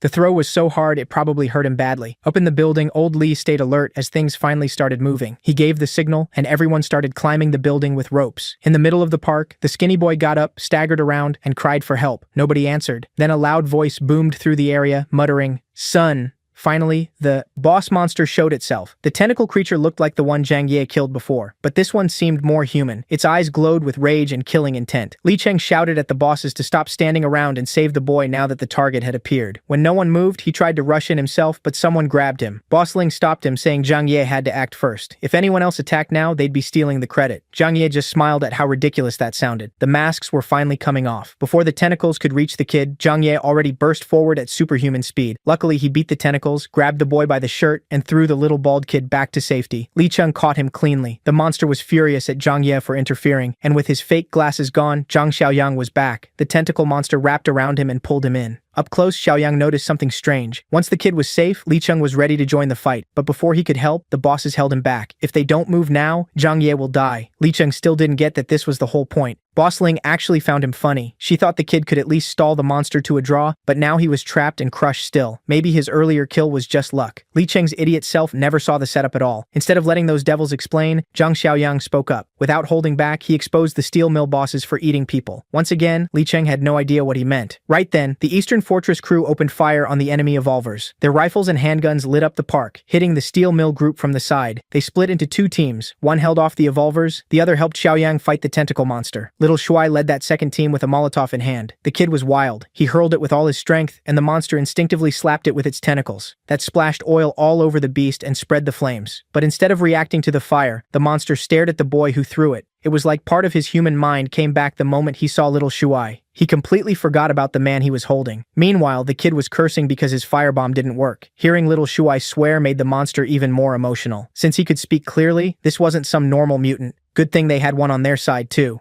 Brother Chong moved in. His legs were fast enough to dodge the tentacles, making them smash only the ground. Meanwhile, the steel mill group had been forced back behind cover. They watched in shock as another mutant fought the one they feared most. The idea of a mutant helping humans made no sense to them. Brother Chong dodged well, but he still couldn't get close enough to strike. For a moment, the tentacles trapped him in a cage. With raw strength, he tore through them and broke free. But that was only a distraction. The real attack came from behind. If his teammate hadn't warned him, the main tentacle would have punched through the back of his head. After a hard exchange, both mutants pulled back to breathe. Seeing Brother Chong struggle, the still captured Xiaoyang laughed and teased him. Baldy Peng was stunned. The brat they picked up a few days ago was joking with a mutant. Then, to make it even crazier, Xiaoyang ripped apart the tentacles holding him like they were paper. Jiang finally noticed that one of the attackers had called Zhang Ye Xiaoyang. Old Zhuqiang had mentioned before that the Eastern Fortress leader had that exact name. Now it all made sense. The young man had fooled them, and this whole hunt was a trap. That meant the steel mill crew was the real prey, facing the main force of a strong fortress. Boss Ling looked over the enemy side and tried to think through the trap. She guessed their strongest fighter was only about as strong as Li Cheng, but their guns gave them a huge edge. On top of that, their biggest problem was Zhang Xiaoyang, and to make it worse, that masked mutant seemed about equal to the tentacle monster. Boss Ling realized winning was nearly impossible. Even if they fought back, they'd take heavy losses. But she did have one possible plan. For now, Baldy Peng needed to hold the fortress crew back. Those two had worked together a long time and knew how to cover each other. Baldy threw his hatchet with insane force and it heated up like a meteor. When it hit near the fortress crew, it exploded and kicked up a thick cloud of dust, cutting off their sight. Baldy Peng kept going, spamming heavy attacks while the normal fighters gave cover fire. That kind of chaos pinned Old Li's group down and forced them into cover. While everyone was busy, Boss Ling focused on someone else. The youngest fighter up front, Little Shuai. Xiao Kai was the only one who saw her coming, and he threw himself in front of the boy. He tried to lift his guard, but Boss Ling's kick was too fast. Fatty Kai went stumbling away. He was no match for an elite evolver. Finally, Boss Ling's plan was right in front of her. She grabbed Little Shuai by the collar, and everyone froze. This was the worst outcome.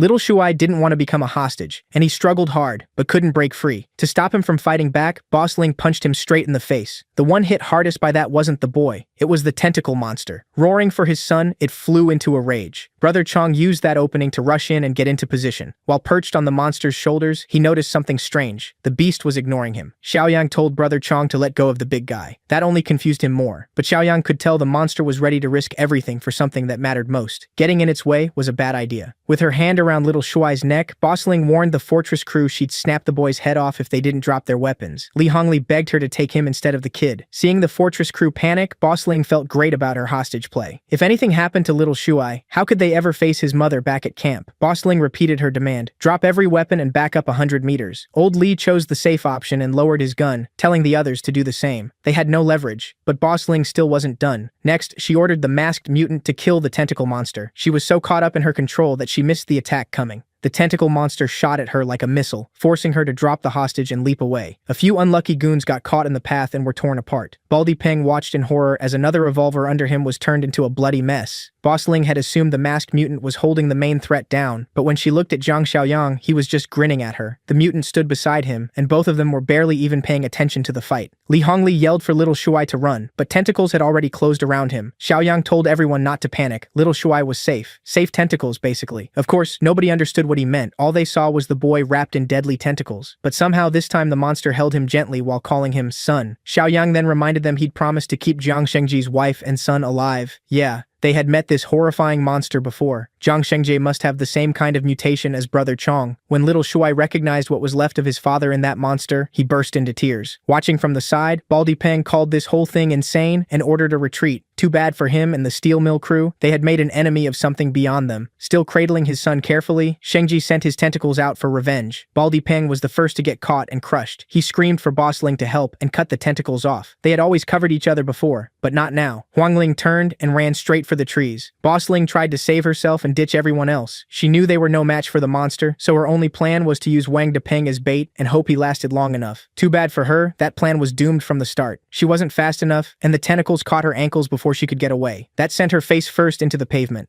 Her glasses shattered and her nose went with them. Right away, she knew this was about to get ugly. The tentacles dragged her back into the park without mercy. Baldy Peng actually smiled. She had tried to throw him away, so seeing her dragged back felt like justice. Even so, Peng still wanted to use whatever help he had left, so he turned to Li Cheng. Before that loyal idiot could help the boss who had already sold him out, Zhang Xiaoyang blinked behind him for a quick word. His offer was simple. Stay still, and Li Cheng gets to live. Xiaoyang was letting the tentacle monster handle the rest. Pure slaughter. It started with Baldy Peng. His shiny bald head got slammed into the ground. The first hit left him dizzy, probably a concussion on the spot. Then Shengji finished the job fast. The tentacles whipped him apart with brutal force until flesh, guts, and eyes were all mixed together. With Baldy Peng gone, Boss Ling was next. Her strength meant nothing in that crushing grip. Now her life was in those dark, slimy tentacles. Her death was slow and cruel as the pressure kept rising until blood poured from every opening. The crushing only got got stronger, until she was reduced to a lump of meat. Shengji gave her the worst death possible for taking his son hostage. With the last boss dead, Nemesis of Evil Volume 3 was complete. Xiaoyang earned 80 more points, bringing his total to 151. Now he finally understood why the mission mentioned a possible ally. Somehow he had gained another mutant. Then he turned to Li Cheng, who clearly had questions. First, he asked if Xiaoyang was the leader of the East Fortress.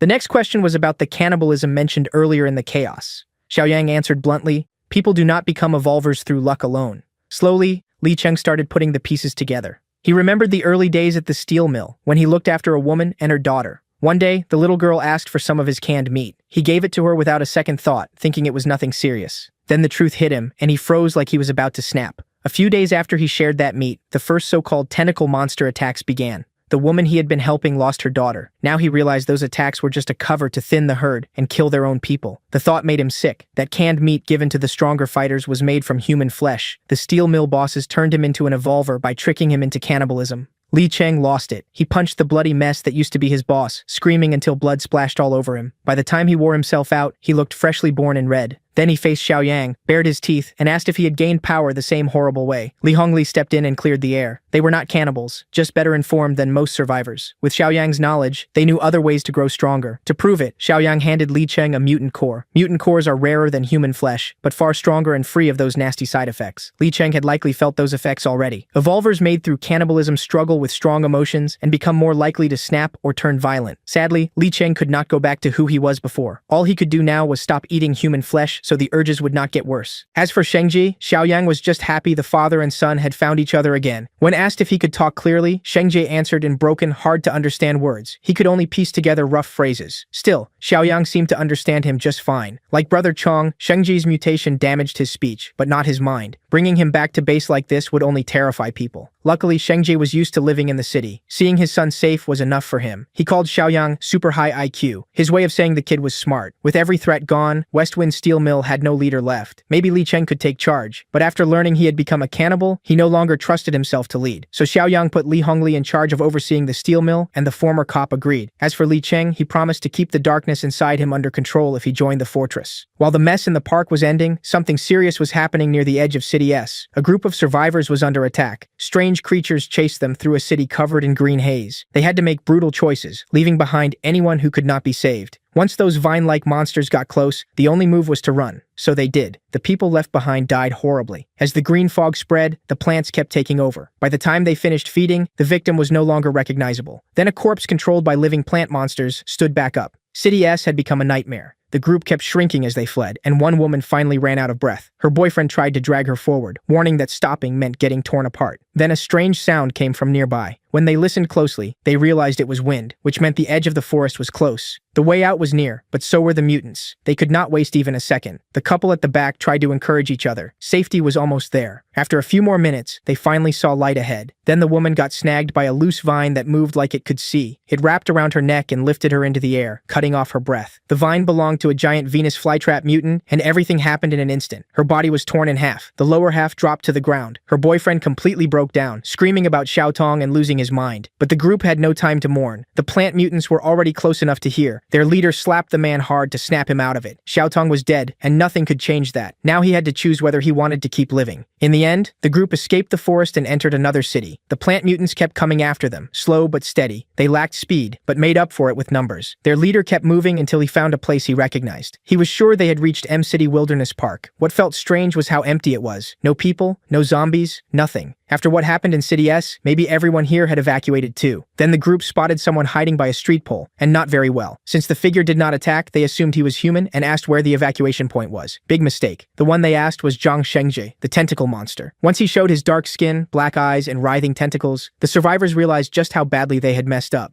They took off running again, and did not stop until they thought the monster was gone. Then they wondered if even the land outside the forest had already fallen. Before they could rest, the plant hunters found them again. Now they were trapped. The mutants had surrounded them from every side. The survivors began to break. Some thought they might have lasted longer if they had stayed in the forest. Maybe Xiaotong would still be alive. As the plant mutants closed in, the men faced a grim choice. Their leader looked ready to kill himself before letting those creatures do it. Luckily, it did not come to that. Shengji's tentacles shot across the street and ripped the heads off the weaker plant mutants with ease. This was his turf, and he was not letting invaders into the park. Back at the eastern fortress, Zhang Xiaoyang stood under the moon, quietly staring over everything he had built. His utopia plan is going great. The community score is now 62, and his shop points hit 231. At this point, Xiaoyang is basically rich. With that many points, the daily shop feels pretty nice. Today he can get a level 2 armed deterrence box for 20, a level 2 black tech box for 50, or a level 3 superpower awakening box for 100. That last item even shocked Xiaoyang. He instantly started spending and cleared the whole shop. The armed deterrence box gave him an armored jeep. The black tech box had another physical enhancement serum. And the superpower box gave him a level 1 enslavement mark. That skill lets him enslave one living thing, but he has no reason to use it yet. Brother Chong, Brother Shengje, and Li Cheng are all still steady. Right after that shopping spree, a new chance to earn points appeared. The mission called Weed Control Volume 1 had officially started. At first, he thought it was just about gardening. Then Brother Shengji updated him about the army of plant mutants moving in, and the mission made a lot more sense. Later that night, people from the fortress gathered outside the wall to carefully watch the tentacle monster. Shengji brought the survivors he saved to the east side to meet the boss, dragging a plant mutant corpse along for inspection. From the crowd, Shengji's wife and son ran to him in joy. He could say the words, but wife was gone from his brain, so he called her, "Marry me." Even now, Xiaoyang is the only one who can easily understand his broken way of talking. The family reunion was strange but sweet, with tears and hugs all around. Xiaoyang wasted no time and started checking the dried-up mutant corpse. Shengji tried to explain, but he didn't have enough words to tell it clearly, so the survivor leader took over. They came from City S and were driven out by these plant mutants. City M isn't safe either, but it's still in much better shape than City S. On the way to the fortress, the new group saw plenty of zombies wandering around. Xiaoyang sent one of his men to bring back the armored jeep he had parked 2 blocks away. Tonight, he wants to check the border between the two cities. With the armored jeep and the survivor guiding them, they got there smoothly. Only a few hours had passed, but the vines had already grown much taller and spread even farther. To understand the problem better, Xiaoyang wants to head deeper into the jungle. The survivor had just escaped that nightmare, so of course he wanted no part of going back.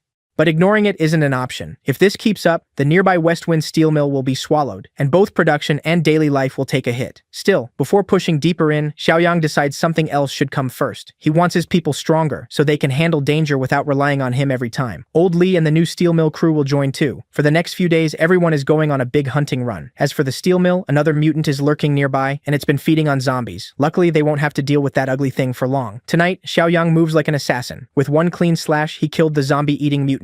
Once the big threat was gone, the rest of the crew could really cut loose with their guns. They poured bullets into the normal zombies marching through the city. Under Xiaoyang's command, they searched the bodies and collected mutant cores. They kept repeating the process, slowly building up their supplies. What they didn't know was that an overfed evolver had been roaming the city, hunting for fresh human meat. Normal zombies aren't a threat to him at all. He can kill regular walkers with ease. Since humans have become harder to find, he's been stuck roasting zombie meat. All he really wants is clean human flesh. And luckily for him, the smell of his favorite food is drifting right to him. Under Li Hongli, the steel mill has been running better, but their new guns are making some guards way too cocky. Some are even leaving the perimeter just to shoot zombies for fun. That's the scent the buff evolver picked up. He licked his lips, craving the best kind of meat. Humans who haven't eaten their own kind. The so-called pure humans. Still, he isn't stupid. He can tell those people have heavy firepower, so charging in alone would be risky. He knows he should wait a few more days, but just thinking about waiting makes him drool like a starving dog. Back at the fortress, Xiaoyang is messing with the system shop again. After that, he calls everyone together. They've been hunting as a team for 3 days now. He tells Li Hongli and Zhang Qi to divide up all the gains. Old Li objects, saying they can't keep all the resources when everyone helped with the hunts. Xiaoyang shuts that down. The others already have plenty of guns and ammo. What they need now is a few elite fighters, not a bunch of half-grown evolvers from spreading cores evenly. Besides, everyone trusts his judgment. Xiaoyang has never led them wrong. As for Shanshan, he has something different in mind. He brings her into a private room, just the two of them. A little nervous, she asks what he's about to do. Outside, little Shuai, Wanwan, Zhangqi, and Brother Chong listen in. All they hear is the boss telling her to bear with the pain. A few minutes later, the door opens and catches the whole nosy group. Zhangqi awkwardly swallows and blurts out that Brother Xiaoyang finished pretty fast. They really thought he and Shanshan were doing that. Still, it's good Zhangqi is there. Shanshan is holding her arm, and an empty syringe sits on the table. So yes, she did get poked. After taking in so many mutant cores, Zhangqi has become one of the settlement's strongest fighters. Now Xiaoyang wants him to spar with the newly boosted Shanshan. Zhangqi refuses at first. He says he doesn't hit girls. So Xiaoyang tells Shanshan to slap him, and not to hold back. Zhangqi feels pretty confident in his toughness after all those mutant cores. Then Shanshan slapped him so hard it nearly wrecked his jaw and twisted his whole face. Brother Chong and Xiao Kai had to step in and stop things. Shanshan is stunned by her new strength. Xiaoyang had injected her with a physical enhancement serum, putting her just below Brother Chong. Zhangqi clearly thought he ranked much higher than that. And of course, Xiao Kai couldn't resist clowning him for looking so miserable. Once everything was ready, Xiaoyang gave everyone their roles for the forest mission. Along with his best fighters, he chose the new survivor leader to guide them. The man shut that down immediately. He escaped that place once and swore never to return. Li Cheng mocked him for backing out, but the man had a point. He had no family or friends left in that city, so he'd rather stay in the fortress and work. So the guy who lost his girl volunteered to be their guide instead. Meanwhile, in the western suburbs, the buff evolvers are searching building after building for someone. His brain is getting slower every day. If he doesn't eat fresh human meat soon, it'll only get worse. While he was banging on his head, he heard another pounding sound in the distance. He rushed over, following the noise. When he opened the metal door of an abandoned building, he found two couples going at it like wild animals. The buff evolver cleared his throat to make them stop and look at him. All four recognized him right away, and none of them were glad to see him. He told them he wasn't here to steal this time. He came with information. The women didn't trust a word he said. Everyone there had already accepted being half monsters, so lying would be pointless. He swore he was telling the truth. He found a group of pure humans, heavily armed, and wanted help hunting them. The half monsters crowded around him, watching every move and word. In the end, they agreed to trust him this once. If he was lying, they'd just eat him. Just like that, he was welcomed into the group. Then the redhead half monster gave him a very warm welcome of her own, and he wasn't about to turn that down. While that weird scene played out in the city, Xiaoyang's team had reached the border. Their guide is Zhu Xinkai, the man still grieving his girl, and Xiaoyang praises his courage. Xinkai says he wants revenge on the plant mutants that killed her. On top of that, his parents are still trapped in the jungle. Xiaoyang takes point, Li Cheng guards the rear, Brother Chong and Shengji cover the left and right, and Xinkai stays in the middle. Xiaoyang only took this dangerous trip to stop the jungle from spreading into his land. Any rescue comes second. Suddenly, a wet vine dropped and splashed sticky slime on his face. Xinkai instantly went on alert. He had seen that slime before and shouted for the boss to move, but it was too late. The slimy vine wrapped around Xiaoyang's neck like a python. Then the giant Venus flytrap appeared, the same monster that bit Xiaotang in half. No one had ever escaped its mouth before, but that was about to change. Xiaoyang grabbed the vine and pulled without fear. He yanked so hard the creature's nasty insides came spilling out. Xinkai was stunned and could barely speak. The guts dropped to the ground with a heavy thud in front of the boss.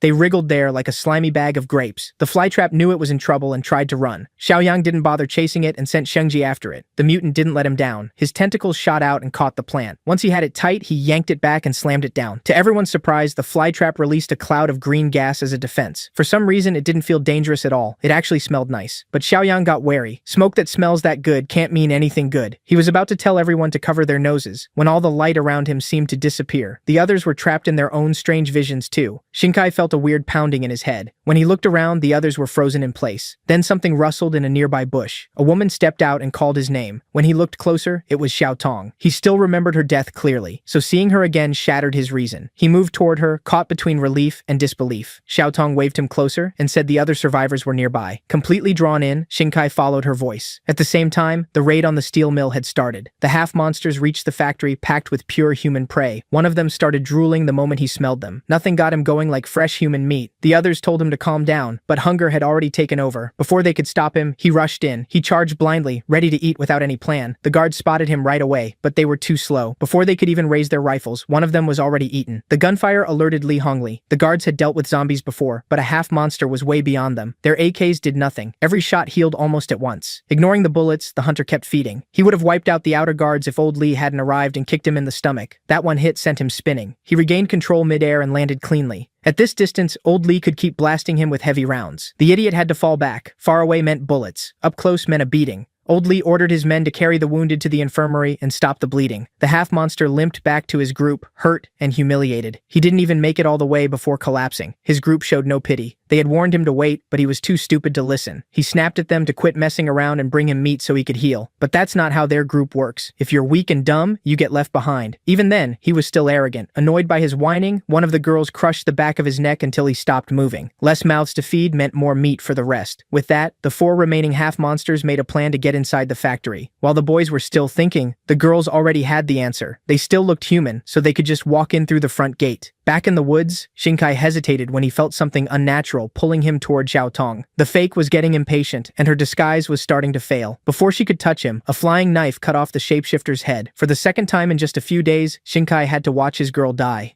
The knife came from Xiaoyang, who had also been briefly caught by the illusion. Still shaken, Xinkai turned his anger on the boss. Xiaoyang made him look at the bushes again. Little by little, the bloody illusion faded, and the truth showed itself. It was only a tangled mass of vines. After that, Xiaoyang went around snapping the others out of their illusions. Li Cheng felt like years had passed, and even the 2 mutants had been affected. Xiaoyang guessed the flower had released some kind of hallucinogenic gas. To learn more, he cut into the vine bundle to study its insides. But the thing he killed was only a puppet, not the real body. The vines ran deep underground, so the main body was probably far away. While following the roots, he dug up something odd. It looked like a potato or taro, maybe some kind of storage organ for the plant. Just in case, he tossed it into his dimensional space. Maybe it was edible. Then he asked Jinkai what he knew about these plant monsters, but Jinkai only knew they were dangerous. Old He might know more. Old He was an expert from the Agricultural and Forest Research Institute. Before Jinkai escaped, the old man had been staying in a high-rise camp. Wanting answers, Xiaoyang changed course to find him. Back at the steel mill, the half-monsters put their simple plan into action. Red limped to the front gate, acting scared and worn out while making sure her body was still on display. To make it more convincing, she stumbled and fell near the gate. One of the guards on the wall spotted her. The others quickly gathered, thinking a survivor was running for shelter. But protocol started slipping the moment they got a good look at Red. One guard wanted to report her first, but another just wanted to bring her inside. Red cried for help, and the fool bought all of it. From a distance, the other half-monsters watched with amusement. Even they had to admit Red was doing a great job. Of course, the other girl refused to be outdone. She insisted she could do even better. Either way, Red had basically secured a way into the human nest. Back in the woods, the group struggled through the dim jungle, but they reached the next city without more trouble. Once they got close to the old camp, someone from inside called Jinkai's name. It was his Aunt Yang, peeking out from behind a wall. Normally, he would have run straight to her, but after what happened earlier, he stopped himself. He rubbed his eyes, and Xiao Yang laughed, telling him the gas had already worn off. On the other side, Aunt Yang's camp was panicking too. They weren't sure if the people coming out of the woods were enemies. Some wanted to pull Jinkai to safety, while others doubted it was even really him. Aunt Yang chose violence first. She led a few men forward and attacked, hoping to catch them off guard. Shengji could have wiped them out easily, but Xiaoyang told everyone to stay calm. A few arrows flew at them, and the boss slapped them away with his bare hands. Then he shouted for the strangers to stand down, and they actually paused. Shinkai stepped between both sides and told his aunt these people weren't enemies. Aunt Yang seemed to accept that and told her men to stop firing. Shinkai explained that Xiaoyang's group came from outside the jungle. When she asked about the others, he had to admit that half his group had been killed or hurt, including Xiaotong. When he asked to be let inside, the people in the city hesitated. The main problem was Brother Chong and Shengji. Xiaoyang stepped in and tried to reassure them. He even asked the two mutants to help calm everyone down. Brother Chong took off his mask and said that even if he looked ugly, he was gentle. Shengji just flexed and let everyone stare. Xiaoyang was embarrassed. He really thought they'd act normal. After a long pause, Aunt Yang finally let them in. Back at the steel mill, Shanshan returned to the front gate after checking on the west side. He radioed old Li to open the gate. Before going in, her sharp senses caught something hostile nearby. It was faint and vanished fast. The half-monsters quickly hid their bloodlust again. Old Li opened the door himself for Shanshan. Once she was inside, the half-monsters finally relaxed. They had almost been found out. All three sensed that Shanshan was an evolver, and a pure one at that. They were shocked, but all they could think about was how good she would taste and how much stronger eating her might make them. Shanshan went straight to the infirmary to check the men attacked earlier. Xiaoyang had put her in charge of the infection inhibitors in case something like this happened. Old Li wasn't sure. His men had been bitten for hours and still showed no symptoms, so the attacker probably wasn't a zombie. With everyone confused, Red claimed she knew what was going on. She said mutated humans had gathered in the western suburbs to hunt people. Old Li had never seen her before, but she sounded like she knew something. Crying, Red added that these mutants were smarter and worse than zombies, and that she only escaped one because she found a bike. To Old Li, that sounded like she had brought the problem right to his doorstep. Red quickly apologized, and the guard simping for her instantly defended her and blamed Old Li instead. Li Hongli said he only wanted intel on the enemy, so Red warned them to brace for another attack. Since Red barely had any clothes on, Old Li told her to rest first. As everyone else left, Shanshan stayed behind and kept watching the newcomer. She couldn't explain it, but Red gave her a bad feeling. In the end, she blamed it on stress and paranoia from all the pressure lately. Back in City S, the group reached a high-rise standing in green smog. Xiaoyang asked why the survivors chose this place instead of stronger buildings nearby. The answer was simple. Down on the ground, people die. The green fog gets thicker closer to street level, and too much of it can turn a person into a plant mutant. Only buildings 10 floors up or more are safe enough. They climbed the stairs while talking.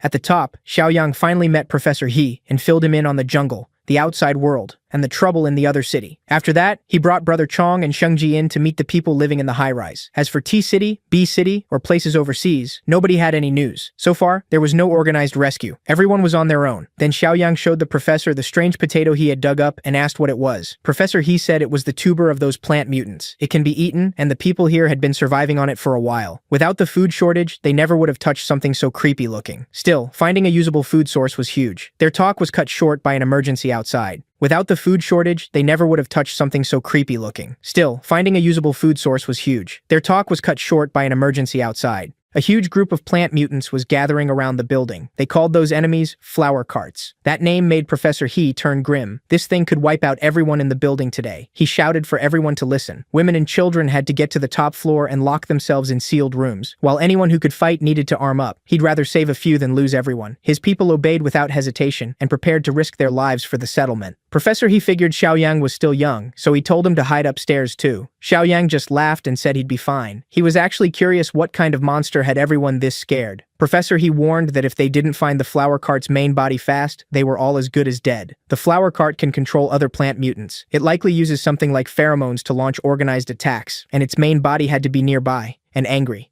To the professor's horror, Xiaoyang opened the window. Then he pulled out a rifle from thin air and decided to test the enemy first. From above, he started sniping the plant mutants one by one. Just as expected, they were absurdly tough and could heal deadly wounds in moments. Still, Xiaoyang wanted to see where that healing finally broke. He focused all his shots on one mutant and riddled it with bullets. Like the others, it kept standing for a moment. Then it finally dropped. From that test, it looked like one mutant took about 2 full magazines to kill. No wonder everyone feared them. But Zhang Xiaoyang had almost endless guns and ammo in his personal space, and pulling out dozens of crates already stunned the survivors. Then he tore the nailed crates open with his bare hands. That left the high-rise residents even more shocked. Inside were the plant's natural enemy, Molotov cocktails. Xiaoyang told them to use those if any mutants got inside. Then without another word, he jumped out the window. His 2 mutant brothers jumped after him. All 3 dove off the 16th floor like it was nothing. And yes, they landed in full style right in front of the ugly plant monsters. The creatures rushed them the second they got close. Xiaoyang answered by driving a hand into one mutant's skull. With one hard yank, he tore its head clean off. Brother Chong was just as dangerous. He was fast, strong, and fought a lot like the boss. Shengji brought pure chaos. His tentacles did most of the work, and it was brutal. Professor He finally realized how foolish he sounded when he told Xiaoyang to hide. Thankfully, Li Cheng was upstairs helping everyone deal with any stragglers. He took charge and told anyone confident enough to grab Molotovs and guard the stairwell. For the first time in months, the people in the high-rise actually felt hope. Down below, Xiaoyang finished off the remaining plant mutants. Then he had his mutant brothers check the bodies for cores. As for him, he wanted to find this flower cart himself. The few mutants that slipped past were quickly burned down, and thanks to Xiaoyang's group, nobody died this time. While everyone else secured the high-rise, Xiaoyang followed his instincts deep into the woods and finally found the thing everyone feared. It was the flower cart. This main body was the source of City S's nightmare, and the one coughing out the green fog. Suddenly, every nerve in his body screamed at him to move. Xiaoyang trusted that instinct and dodged a killing blow. The force behind it felt comparable to Shengji's tentacles. Luckily, he'd gotten pretty good at fighting tentacle-type monsters lately. All he had to do was overpower it. Sensing danger, the flower cart blasted out a thick cloud of spores. Too bad for it. Xiaoyang wasn't falling for that trick again. Before the spores reached him, he took a deep breath and held it while the area filled with green clouds. Then the flower cart started squirming wildly. Its lower body opened up, and legs pushed out from underneath. The thing was trying to run on all those nasty limbs, but that wasn't getting it away from Xiaoyang. He moved his fingers, formed a sigil, and used the slave mark. That new power wrapped around the mutant beast. A few minutes later, the people in the building were stunned to see the flower cart's true body arrive. Professor He was shaken. He hadn't forgotten how deadly that twisted monster was. After parking his new servant outside, Xiaoyang walked back like nothing happened and just asked Shengji and Brother Chong if they had gathered all the mutant cores. In his broken speech, Shengji said they got plenty of cores, and Brother Chong translated. One mutant buddy sounded like he was chewing rocks, and the other made even less sense, so talking to them was tiring. Then Professor He asked the obvious question: why was a flower cart parked outside the building? Xiaoyang casually said it was on their side now. To prove it, he led the survivors outside and showed them they had nothing to fear. Professor, he forced himself to step closer to the strange creature. He touched it nervously and asked how Xiaoyang had tamed something like this. Ignoring that, Xiaoyang asked what a botanist like him thought of the plant. Professor, he said that even though it had mutated beyond recognition, it should still keep some plant instincts.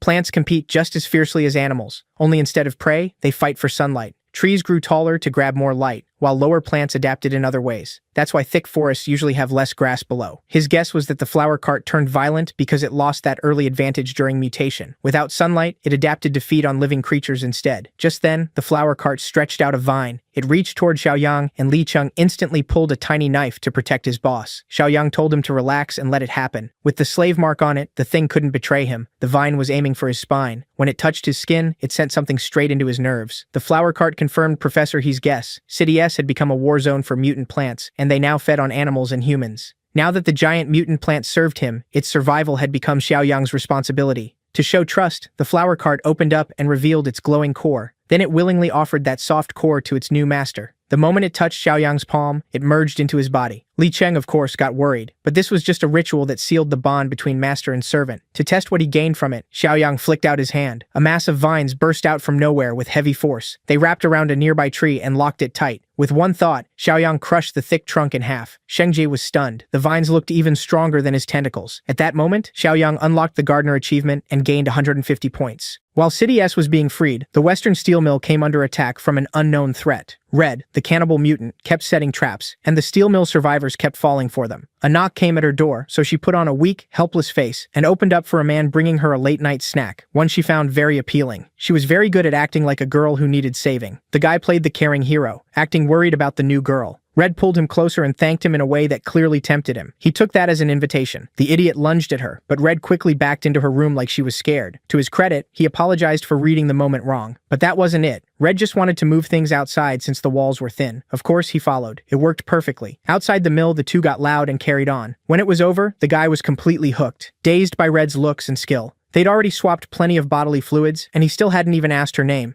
Then the mood broke when he spotted something nearby. He noticed a torn sleeve from his friend's jacket sticking out of a dirty plastic drum. When he lifted the lid, he found mangled guts and a bloody mush he could barely recognize. That was when Red attacked, locking her claws around his neck. At least the poor guy got one last good time before she ate him. Outside the steel mill, Red's group was still hiding nearby. Musclehead got caught sleeping and took a hit to the back of the head. He was supposed to be on watch, and Baldy had no patience for someone nodding off. This mattered. They had to be ready when Red finally gave the signal to attack. While they argued, Blondie started getting nervous about Red not signaling back. It was starting to look like Red was keeping all that fresh meat in the mill for herself. So the three went around the factory to look for signs of that selfish traitor. Their sharp sense of smell led them to drums full of blood and guts. That confirmed it. Red had gone solo. Blondie told them the fix was simple. If Red could seduce her way in, so could she. Baldy hated the idea. One glutton was bad enough. Sending another one in sounded stupid. Musclehead stepped between them and argued that Blondie had a point. She was their best shot at getting inside now. Baldy knew that too. He finally agreed, but warned that if Blondie pulled the same stunt as Red, he'd storm in and kill both traitors, even if it cost him his life. After a bit more talk, they reused the same plan that had worked before. Blondie put on a helpless act and knocked at the gate. The guards at the entrance immediately raised their pistols. Nearly crying, Blondie claimed zombies had chased her and she barely made it out alive. The guards looked her over and got excited, saying they were lucky to find another beauty so soon after the last one. Some even thought Blondie had the better body. They were about to let her in without a proper check when Red suddenly rushed out and warned them not to trust her. She claimed Blondie was the mutant that had tried to eat her before. Red screamed for them to shoot the flesh-eating witch. Believing her, the guards emptied their guns at Blondie and drove her away from the gate. Blondie felt the bullets tear through her body, leaving deadly wounds. Full of holes, she stumbled and accidentally exposed what was under her short dress. The guards ran inside to grab gasoline and burn the body. That gave Blondie just enough time to recover and escape. Somehow all three left without guarding her while they reported everything to Brother Lee and Sister Sean. By then, Blondie had already dragged herself back to her group. After using the last of her strength to return, she collapsed at their feet. Knowing she was damaged now, Blondie begged them to spare her and swore she'd obey from now on. Baldy didn't care. They were the same kind, and they all knew what it meant to be compromised. He grabbed a huge boulder with one hand and raised it over his head. They could always make another plan to get the settlement's food, but before he could smash her skull, Baldy was the one whose blood spilled first. Musclehead stepped in and slit his throat from behind. Baldy's bald head dropped to the ground. Musclehead licked the blade clean and enjoyed the blood. Blondie thanked him again and again, and he said she'd get Baldy's arm and leg, just enough meat to heal a little. He planned to eat the rest himself. Blondie knew greed drove him. If she had died instead, he'd only get scraps. By killing Baldy, he took control and the biggest share. Back inside the steel mill, the leaders finally noticed more and more people going missing. Li Hongli was under pressure. What kind of leader lets this happen right under his nose? Fed up with the mystery, Shan Shan decided to handle it herself. She searched the outer area of the mill for any clue. It didn't take long for her to find the bloody drums filled with butchered remains. She brought armed men over, and they confirmed part of their man's torn jacket was mixed in with the gore. They even spotted Horndog's shoe floating inside. Red started feeling cornered. Baldy's group must have found her dumping spot and left the evidence exposed. Shan Shan found no signs of a fight in or around the settlement, and the night had been quiet, so she turned to the newcomer and asked what it all meant. Realizing she was done for, Red started trembling. Her usual tricks wouldn't work on Shan Shan. Sister Shan drew her blade at once and hurled it straight at Red's vital spots. For a second, Red felt death coming. Just before it hit her chest, Red snapped out of it and dodged with inhuman speed. The knife flew past and wrecked trees behind her. Shan Shan had been the only one suspicious of Red from the start, and now she had proof. Red knew she was fully exposed now. Her easy food scheme was over. Desperate, she lunged at the nearest man she could reach. She pulled out a hidden knife and took him hostage, threatening to cut his throat if anyone moved. Shan Shan shot back, that if Red killed one more of their people, she wouldn't leave alive. Red couldn't stand being cornered by a young woman. If it came down to it, she'd die taking a few people with her. She slowly backed away from the crowd, still threatening to open her hostage's neck. Once she got far enough, Red snatched the man's gun and kicked him away. She shot him in the ass out of spite and ran from the steel mill. Staying calm, Shanshan raised her gun and took careful aim. She fired and hit the cannibal several times. Red kept running even as blood poured from the new holes in her body. Not wanting to let her escape, Shanshan rushed for her bike to chase her down. Li Hongli stopped her. They didn't know if Red had partners waiting outside, so the settlement had to lock down first. Shanshan quickly ordered stricter screening for all new survivors. Newcomers would stay in quarantine at the safe house, and she would return to the main fortress to report the threat. Honestly, Li Hongli was impressed by how capable and decisive she was in a mess like this. Back in S-City's woods, regular plant-mutated undead were still wandering around, not for long. To test his new power, Zhang Xiaoyang led the group with Shengji, tearing through enemies with vines and tentacles. For those two monsters, clearing the area was almost effortless. That let Brother Chong and Li Qing gather the cores and burn the bodies. Soon they had a huge bonfire fed by undead corpses. Professor, he wasn't sure whether to feel protected by their savior or pressured by how strong he was. Xiaoyang's Utopia mission was speeding up and earning him plenty of points. His whole group was in top form. With plant mutants no longer much of a threat, Xiaoyang's team and the S-City survivors soon reached the main fortress. Uncle Sheng welcomed them and quickly filled the young boss in on what happened while he was away. Xiaoyang introduced the survivors from S-City, led by Professor He from the Agricultural and Forestry Academy. For now, the S-City group would stay at the fortress. Once things were ready, they'd move to the edge of the city jungle and build a third settlement there. Right then, Shanshan arrived on her bike. Urgently, she reported everything that happened at the Western Steel Mill and suggested the same tighter security for the main fortress. Professor He's group wouldn't need the strict screening, since the boss had already vouched for them. When Xiaoyang heard the steel mill had lost a few people, he wasn't worried. In fact, he saw it as good news. The more danger his Utopia faced, the bigger the mission rewards. And right then, the fourth part of the Villain Vanquisher mission had begun. Clearing the western outskirts would earn him 120 points. Meanwhile, Red barely made it back to the hiding spot after escaping with her life. Then she heard footsteps and her dark heart skipped a beat. It was the recovering Blondie, standing over her and laughing at how badly she had failed. Injured and crawling back to the same people she had betrayed, Red tried to call it all a big misunderstanding. But after nearly getting Blondie killed, death was a fair sentence. Blondie told Musclehead to beat Red to death so they could at least eat her. Instead, Musclehead swung his rusty pipe at Blondie. Just like before, he attacked from behind and took out his own teammate. Blondie should have known better than to turn her back on a guy like him. Knowing she was finished, Blondie warned Red not to trust him. He only helps himself and will betray anyone the second it benefits him. Red didn't care, as long as she wasn't the one getting smashed. In one last attempt to survive, Blondie tried reminding Musclehead that Red had betrayed them too. But for cannibal mutants like them, words mean nothing. When that failed, Blondie even offered him her body. Too bad for her, Musclehead liked redheads, not blondes. He killed her with his bare hands. Then he pulled his usual trick. He gave Red an arm and a leg to heal up while he ate the rest. Back at the main fortress, the leaders were talking about the cannibals roaming the west. Li Cheng had once been an unaware cannibal himself, but Shanshan's report made it clear these ones were far worse. They'd lost every human limit. Selfish, reckless, angry, greedy, bloodthirsty, and hooked on human flesh. Xiaoyang marked them as a problem to handle later, but something else needed attention first. Li Cheng would head back to the steel mill to reinforce it and fix the security issues. 2 months passed without any big trouble. Deep in the woods, a group of survivors decided they had to move or die where they were, so they packed what little food and supplies they had and set out through the forest. They left at night, hoping to avoid the plant monsters that were more active in the daytime. It didn't matter. A whole pack of mutant plants still found them. The first attack wiped out many of them on the spot. The rest ran for their lives only to get surrounded. There was one way out, but strange sounds were coming from that path. Since they would die either way, they took the risky route. After running for miles, the survivors were completely exhausted. Then a huge tree suddenly crashed down toward them.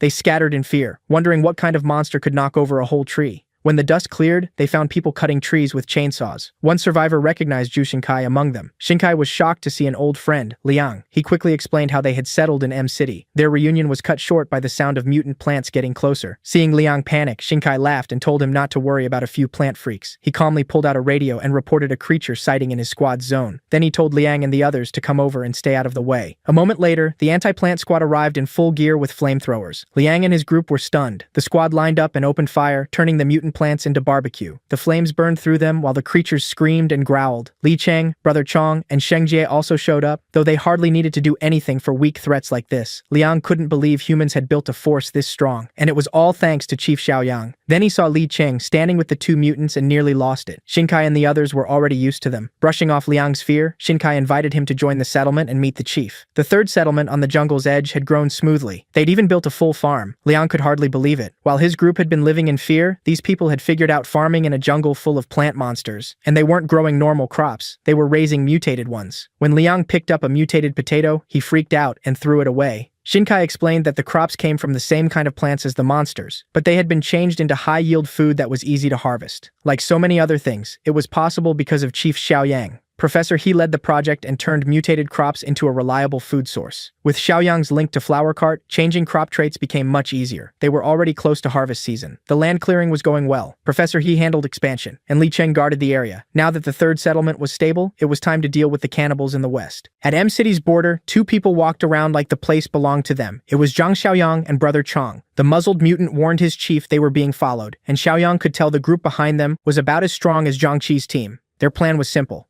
Feed Brother Chong. As expected, the hunters were Red and Musclehead, waiting for a chance to pounce. Before Red could rush in, Musclehead stopped her from attacking blindly. From where they were hiding, he could tell they were too late. Another group had already surrounded the prey. A big pack of cannibal mutants closed in on Xiaoyang and Brother Chong. They were practically drooling over such high-quality meat. This rabid bunch had never seen a pure evolver like Xiaoyang. They thought eating him might give them a huge upgrade. And since Brother Chong followed him, they guessed Xiaoyang could control zombies. Maybe they could steal that power by eating him too. Red could only click her tongue and back off for the stronger group. Musclehead, though, wanted to stay and watch. Less than a minute later, everything below turned into chaos. Brother Chong tore through the evolvers like a beast set loose. Xiaoyang moved with calm precision, taking heads with every swing. The survivors of that idiot squad ran the second they realized they were the prey. One unlucky cannibal tried escaping by climbing the building where Red and Musclehead were hiding. That put them in real danger. If Xiaoyang looked their way, they were dead. And that fear almost came true when Xiaoyang lifted a huge steel beam like it weighed nothing. He hurled it with perfect aim, sending it flying like a bullet. The beam speared the fleeing evolver through the back and tore him apart. Nobody survives Xiaoyang's pipe. Red and Musclehead were nearly caught in it too, getting splashed with blood and guts. Putting his blade away, Xiaoyang was pleased by the unexpected haul. Strong cannibals like these should have fully formed variant cores. Up above, Red and Musclehead didn't dare move or even breathe until the monster below was gone. Once they were sure the young man and the muzzled mutant had left, they figured hiding had paid off. They could eat the high-quality corpses left behind. As they kept patrolling the western edge, Xiaoyang complained that Brother Chong wasted meat and didn't eat enough. Then he sensed movement inside a nearby abandoned building. He turned toward it and summoned his blade again. Since he had already been noticed, a random guy stepped out of the dark with a crossbow and warned them not to come closer. One look told Xiaoyang the man was just an ordinary civilian. Even while threatening them, Four Eyes looked terrified to pull the trigger. So Xiaoyang tried talking first. Startled by the slightest movement, Four Eyes panicked and fired a bolt. That kind of weapon couldn't threaten him at all. Xiaoyang casually caught the bolt out of the air. Seeing his only weapon made useless crushed Four Eyes' confidence. In the next instant, Xiaoyang crossed dozens of meters in a single step. To stop any more trouble, he snatched the crossbow from the man's hands. Ignoring Four Eyes, he called for the others inside to come out and assured them he wasn't a cannibal. Just like he thought, about a dozen civilians were hiding there, all scared to death. At this point in the apocalypse, Xiaoyang found it impressive that they had survived without turning to cannibalism. For now, he decided to travel with them through the night. Four Eyes explained they were trying to reach a steel mill in the southern suburbs called Shifeng. They had heard a radio message about a settlement there accepting survivors.